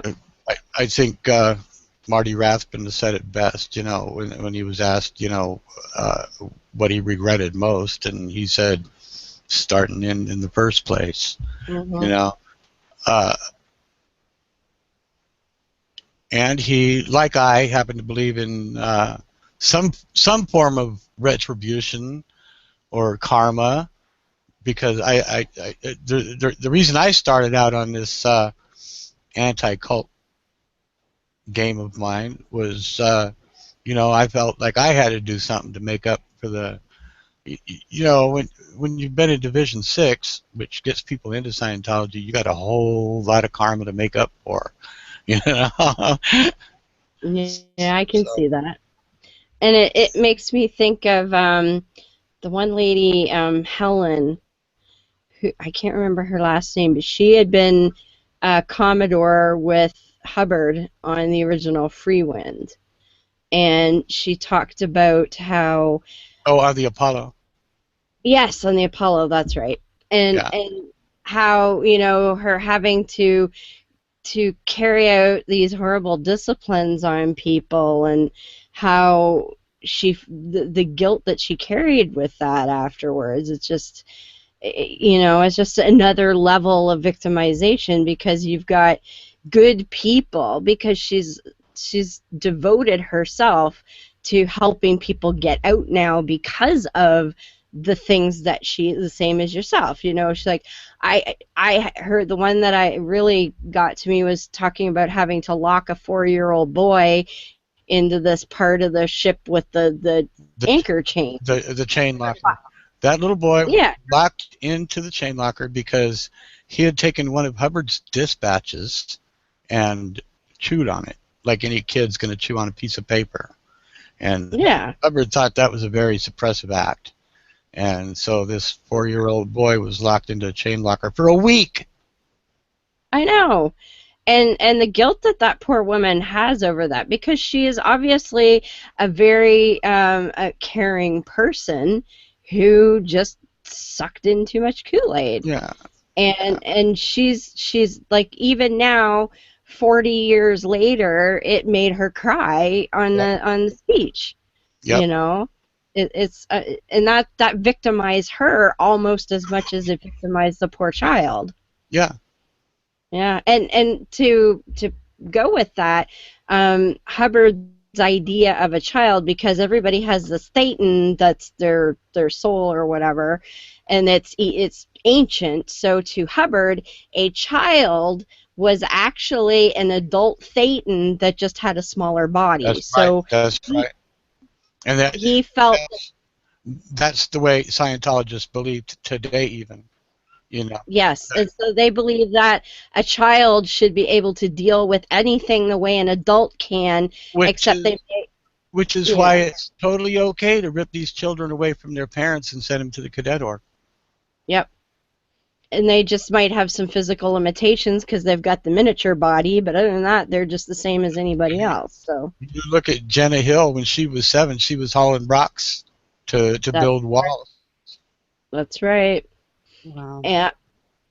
And they hide all that, of course, because there's child labor laws, or they do it out where those laws don't apply. Oh yeah, you know, and it's not just here, but you know, like what the Sea Org is famous for doing is like they'll recruit Sea Org members from Asian countries and like take them over to Australia first and train them, and then they'll ship them over here.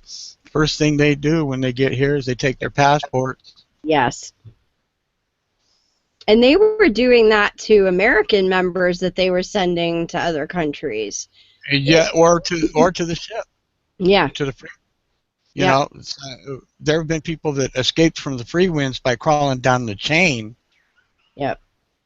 You know, and had to go to the consulate to get new papers just so that they could go back to the United States. That's right. Yeah, because I think, was it Marty Rathburn even said they took his passport for a while. Yeah. Yeah, and he's like number two. And see, the only way Mike Rinder got out was because he was over in England for that, you know, to harass, what's his name? John Sweeney. Yeah, John Sweeney, and then, you know, he by that time he was so disgusted not only with Scientology but himself. Yes. That's it, you know, and he got on the tube and got off a couple of stops before he was supposed to get off, so nobody knew where he was, and hid out for a few days, and you know, that was it for him. Yeah. You know, that's the only reason he had his passport. Absolutely. But there are a lot of people that then they're blackmailed another reason. You know, not only is it their eternity and their family and this and that, but where are you going to go? Yeah. Oh, was it Amy Scobie or one of the other ladies who said, you know, they'd joined the Sea Org at 14 years old. They'd been in there for 10, 15, 20 years, whatever it was. They blew, and they had they'd never been to high school. They had zero education. They'd never had a documentable job. They had no identification. They were like, okay, so now what do I do? Yeah. It was crazy. Yeah. And I think of course, Scientology's hope is that with these kids that get in, they'll be so indoctrinated they'll never want to get out. Exactly. You know? That's where they start. Like, you know, and there are people that are going to hate me for this, but I got to say it. Like David Miscavige. Yeah. No, David Miscavige was recruited at 6, and he was hand brought up by L. Ron Hubbard. Yeah. How could he have turned out any other way than what he did? Oh, I agree. I mean, that doesn't absolve him of responsibility, but no, but at least you can understand. Yes, it explains it. And you know, we're not going to solve anything without understanding. That's right. And if you look at how Hubbard's the last few years of his life was, as he got increasingly paranoid and reclusive, Miscavige is doing the same thing, only he's doing it, you know, 20 years earlier at age. You know, in the movie they show this one photograph of Hubbard after he's been in hiding for quite a few years. And he's got this long hair, and his fingernails are all nasty, and teeth like were always nasty. And he's got this look in his eyes. You know what? My mom's got Alzheimer's, and I look at those eyes, and I see the same eyes. You know, like he's not there anymore. You know, and it's like David Miscavige said, well, you know, on this date, Hubbard disconnected from his body. This is bullshit. You know, it wasn't Hubbard's decision. You know, Hubbard had a stroke. You know. Yeah. And when he died, the coroner was not allowed to do an autopsy because Hubbard's will forbade it. Right. But the coroner took a blood sample, and they found psychiatric drugs in Hubbard's blood. With a lot of these cult leaders, it's do as I say, not as I do. Because, you know, and it's projection. It's a lot of projection. It's like, I'm doing all of these things that probably aren't good, so I'm going to tell everybody else not to do them and pretend that I don't too. Yeah, like David's quart of scotch every night, you know. Yeah. Yeah. Scientologists aren't supposed to drink either, for I understand. No. Well, you know, well, like on New Year's, we used to have beer and cheese parties. Oh, okay. You know, the top org would actually send money out so we could buy beer and cheese for the staff. You know, Right. but it would be nice to eat the rest of the year. You know. Well, exactly. I lived for 2 years straight. I lived on nothing but top ramen. Ooh. Yikes. One package of top ramen every night. Wow. And you had to continue working on that. Yeah. Oh, and that's another thing. You know, sleep deprivation. Yes. You go into any cult, and that's one of the first things you see is sleep deprivation. Okay. Well, as an org executive, like the PES, Public Executive Secretary, or the Executive Director, or any of the other org executives, you spend all day answering telexes that tell you the things that you're supposed to be accomplishing. Mm-hmm. You spend so much time answering these telexes, you can't accomplish the things you're supposed to accomplish. So you spend half the night doing the things that you were supposed to be doing to accomplish those things. Mm-hmm. So, you know, you get more tired and more tired and more tired, you know, and it's easy to control somebody when they're tired. It really is. Absolutely. Possibly more easy to control than when they're hungry. You know, but when they're hungry and tired, you know, it's like, man, oh man. Yeah, they don't have a choice. A chance. Yeah. His historical Jesus had that part right anyway. Yeah. You know, feed the masses before you preach on them. There you go. You know, because it's hard to listen to a preacher if your belly's empty. You know. Oh yeah. Absolutely. Like I see that some of those posters of the Sea Org members, and they're in their snappy uniforms and all that, and I'm thinking, yeah, and probably 2 hours before that picture was taken, they were dirty and smelly and you know, had their other ratty uniform and, you know, hadn't slept in 2 days and whatever, and there they are looking all pretty. And it's all like that. It's all like that. You know, you look at that video clip of when David Miscavige was declaring that the war with the IRS was over. Yeah. Yes. Big celebration. The whole LA sports arena was packed. You know, I was at that event. Oh wow. I was up in the top rows, you know, up in the nosebleed section, but I was at that event. And the order was anybody, any Scientologist, staff, public, didn't make any difference.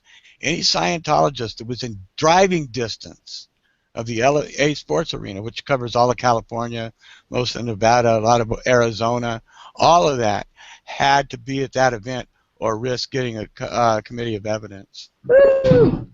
That's almost like that's how they packed. That's how they packed that arena. That's like the Liberty University guys telling them they had to go to Ted Cruz's talk. Go or get demerits. Don't start me on Raphael's little boy. Yeah, we kind of run out of time anyway. It's a good thing. It's a good. Yeah. Well, we'll have to come back and talk about some other nutters on another. Like I said, I could do a whole show on Dominionism. You and Beth could run the whole thing on Dominions. We could. Beth and I see eye to eye on that, you know. Yep. About the whole conspiracy. Yep. And it is. Well, I'm going to leave with not, well, it includes Scientology, but it includes all the other religions too. I personally don't care if you want to believe in a god or gods. I personally don't care if you don't want to believe in a god or gods. The point is, we have to start taking care of our brothers and sisters here on Earth and our Mother Earth, or we're not going to live to see Armageddon. Yeah, you got that right. So, Robert, where can we find you? WorldCultWatch.org. Yes, because Robert doesn't just go after the Scientologist. He's an equal opportunity for nut jobs. Yes. Including Ted Cruz. Yeah. And Yeah. my new project that's it's not online yet, but I'm working on it, is going to be kind of a Facebook for the anti-religious community. It's called Humanist Connection. Okay. And on the top, the blurb says for humanists, atheists, agnostics, freethinkers. Excellent. And it's gonna be a full community. So I hope when I get it going, we'll get a whole lot of people joining in, because I know that together we represent a very, very large portion of the population that's not being supported by our governments. Absolutely. Absolutely. Well, good. We'll have to keep us posted, and we'll have to talk some more about that when you get closer to launching it. Thank you so much for having me on the show. Oh, thank you for joining us. We had a wonderful time and learned some things. Yeah, time's fun when you're having flies. Yeah, Miss Ashley has only been shedding religion for about a year, so she's like a sponge of information right now. Yes. That's great. She wants That's to great. Everything. Yes, I do. And I have to say the last 3 shows, well, all your shows, I learned something on. But I have like this list now that I have a lot of catching up to do here. I look forward to hearing a lot from you. Oh, you definitely will. Well, and tell us where we can find Miss Ashley, because she's wonderful to listen to. You can find Miss Ashley on the No Religion Required podcast. That would be noreligionrequired.com. You can also find us at noreligionrequired.secularmediagroup.com. You could also follow me on Twitter at Miss_AshleyNRR. And we can be found on Spreaker and Stitcher. And I can't think of any. Oh, iTunes. You can find us on iTunes as well. And we'll be found drinking in the back of your car in about 3 days. Yes. Have a real good time at that event. Thank you. We plan on it. Say hi to Photo for me. Oh, I definitely will, for sure. And I just will take a minute to talk about my other show, My Secular Savior, mysecularsavior.com. We should have our new episode out any time now, which was talking about loneliness with Ms. Callie Wright and Miss Rachel Nannon Brown, as, of course, my co-host Kai. It was a really good episode. Went a little longer than we had thought, but, shit happens, especially when it's good shit. So, mysecularsavior.com. And as I say, we also have our Patreon account. So if you want to support either show, actually, we have patreon.com/Beyond the Trailer Park and patreon.com/MySecularSavior. Because all of this eventually costs money, and I'd really like to not have to look at the bare traffic cone while I wait for shit to load, but that's just me.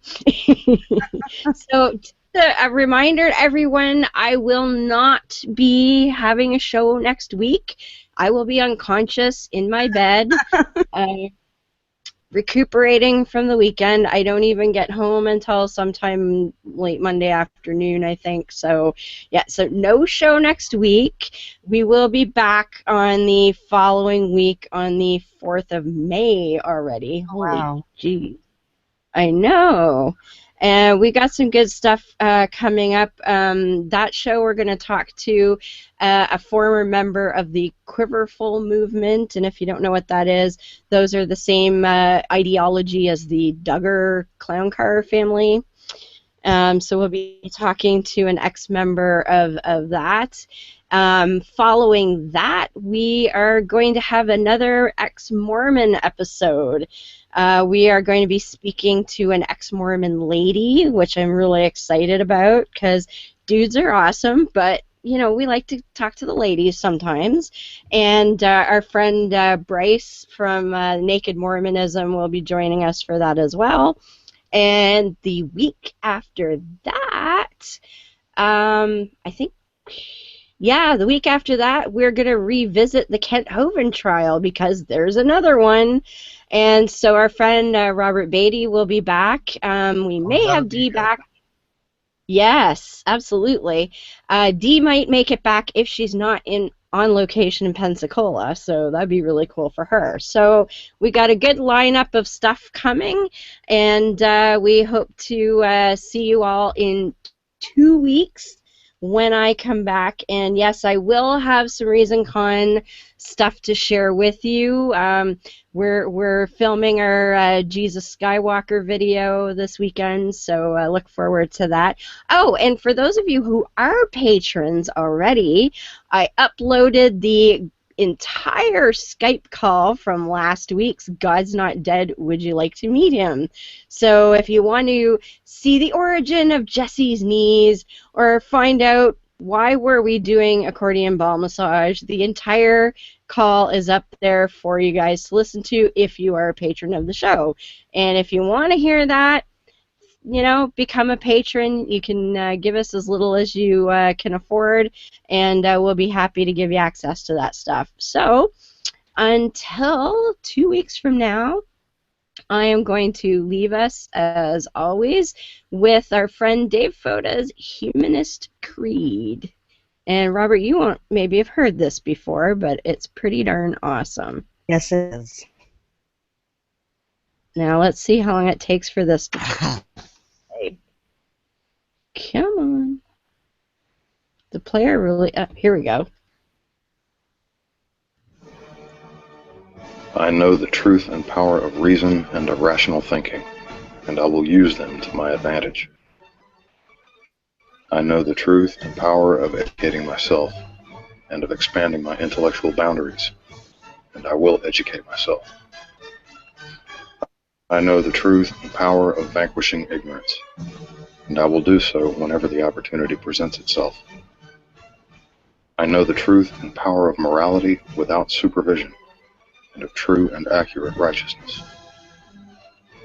I know the truth and power of obliterating tyranny, be it intellectual, emotional, or philosophical, and will work toward that goal whenever and however possible. I know the truth and power of human ingenuity. I know the truth and power of human compassion, and I will be mindful of the welfare of others. I know the truth and power of equality and fairness for all living things. I know the truth and power of the importance of our families, our friends, and our fellow men and women. I know the truth and power of human stewardship of our lands, our waters, and our skies, and I will try to act to preserve our environment. I know the truth and power of the sciences of mathematics, of physics, and of chemistry, and of the important role of these disciplines in understanding the workings of this cosmos. I know the truth and power of the rejection of all notions or beliefs that reside in the supernatural or the superstitious, and of those notions or beliefs that we are not supposed to be able to explain. And I know that these rejections are necessary for humankind's survival. I am a human being with a free mind, liberated from irrational influence and reasonable dogma.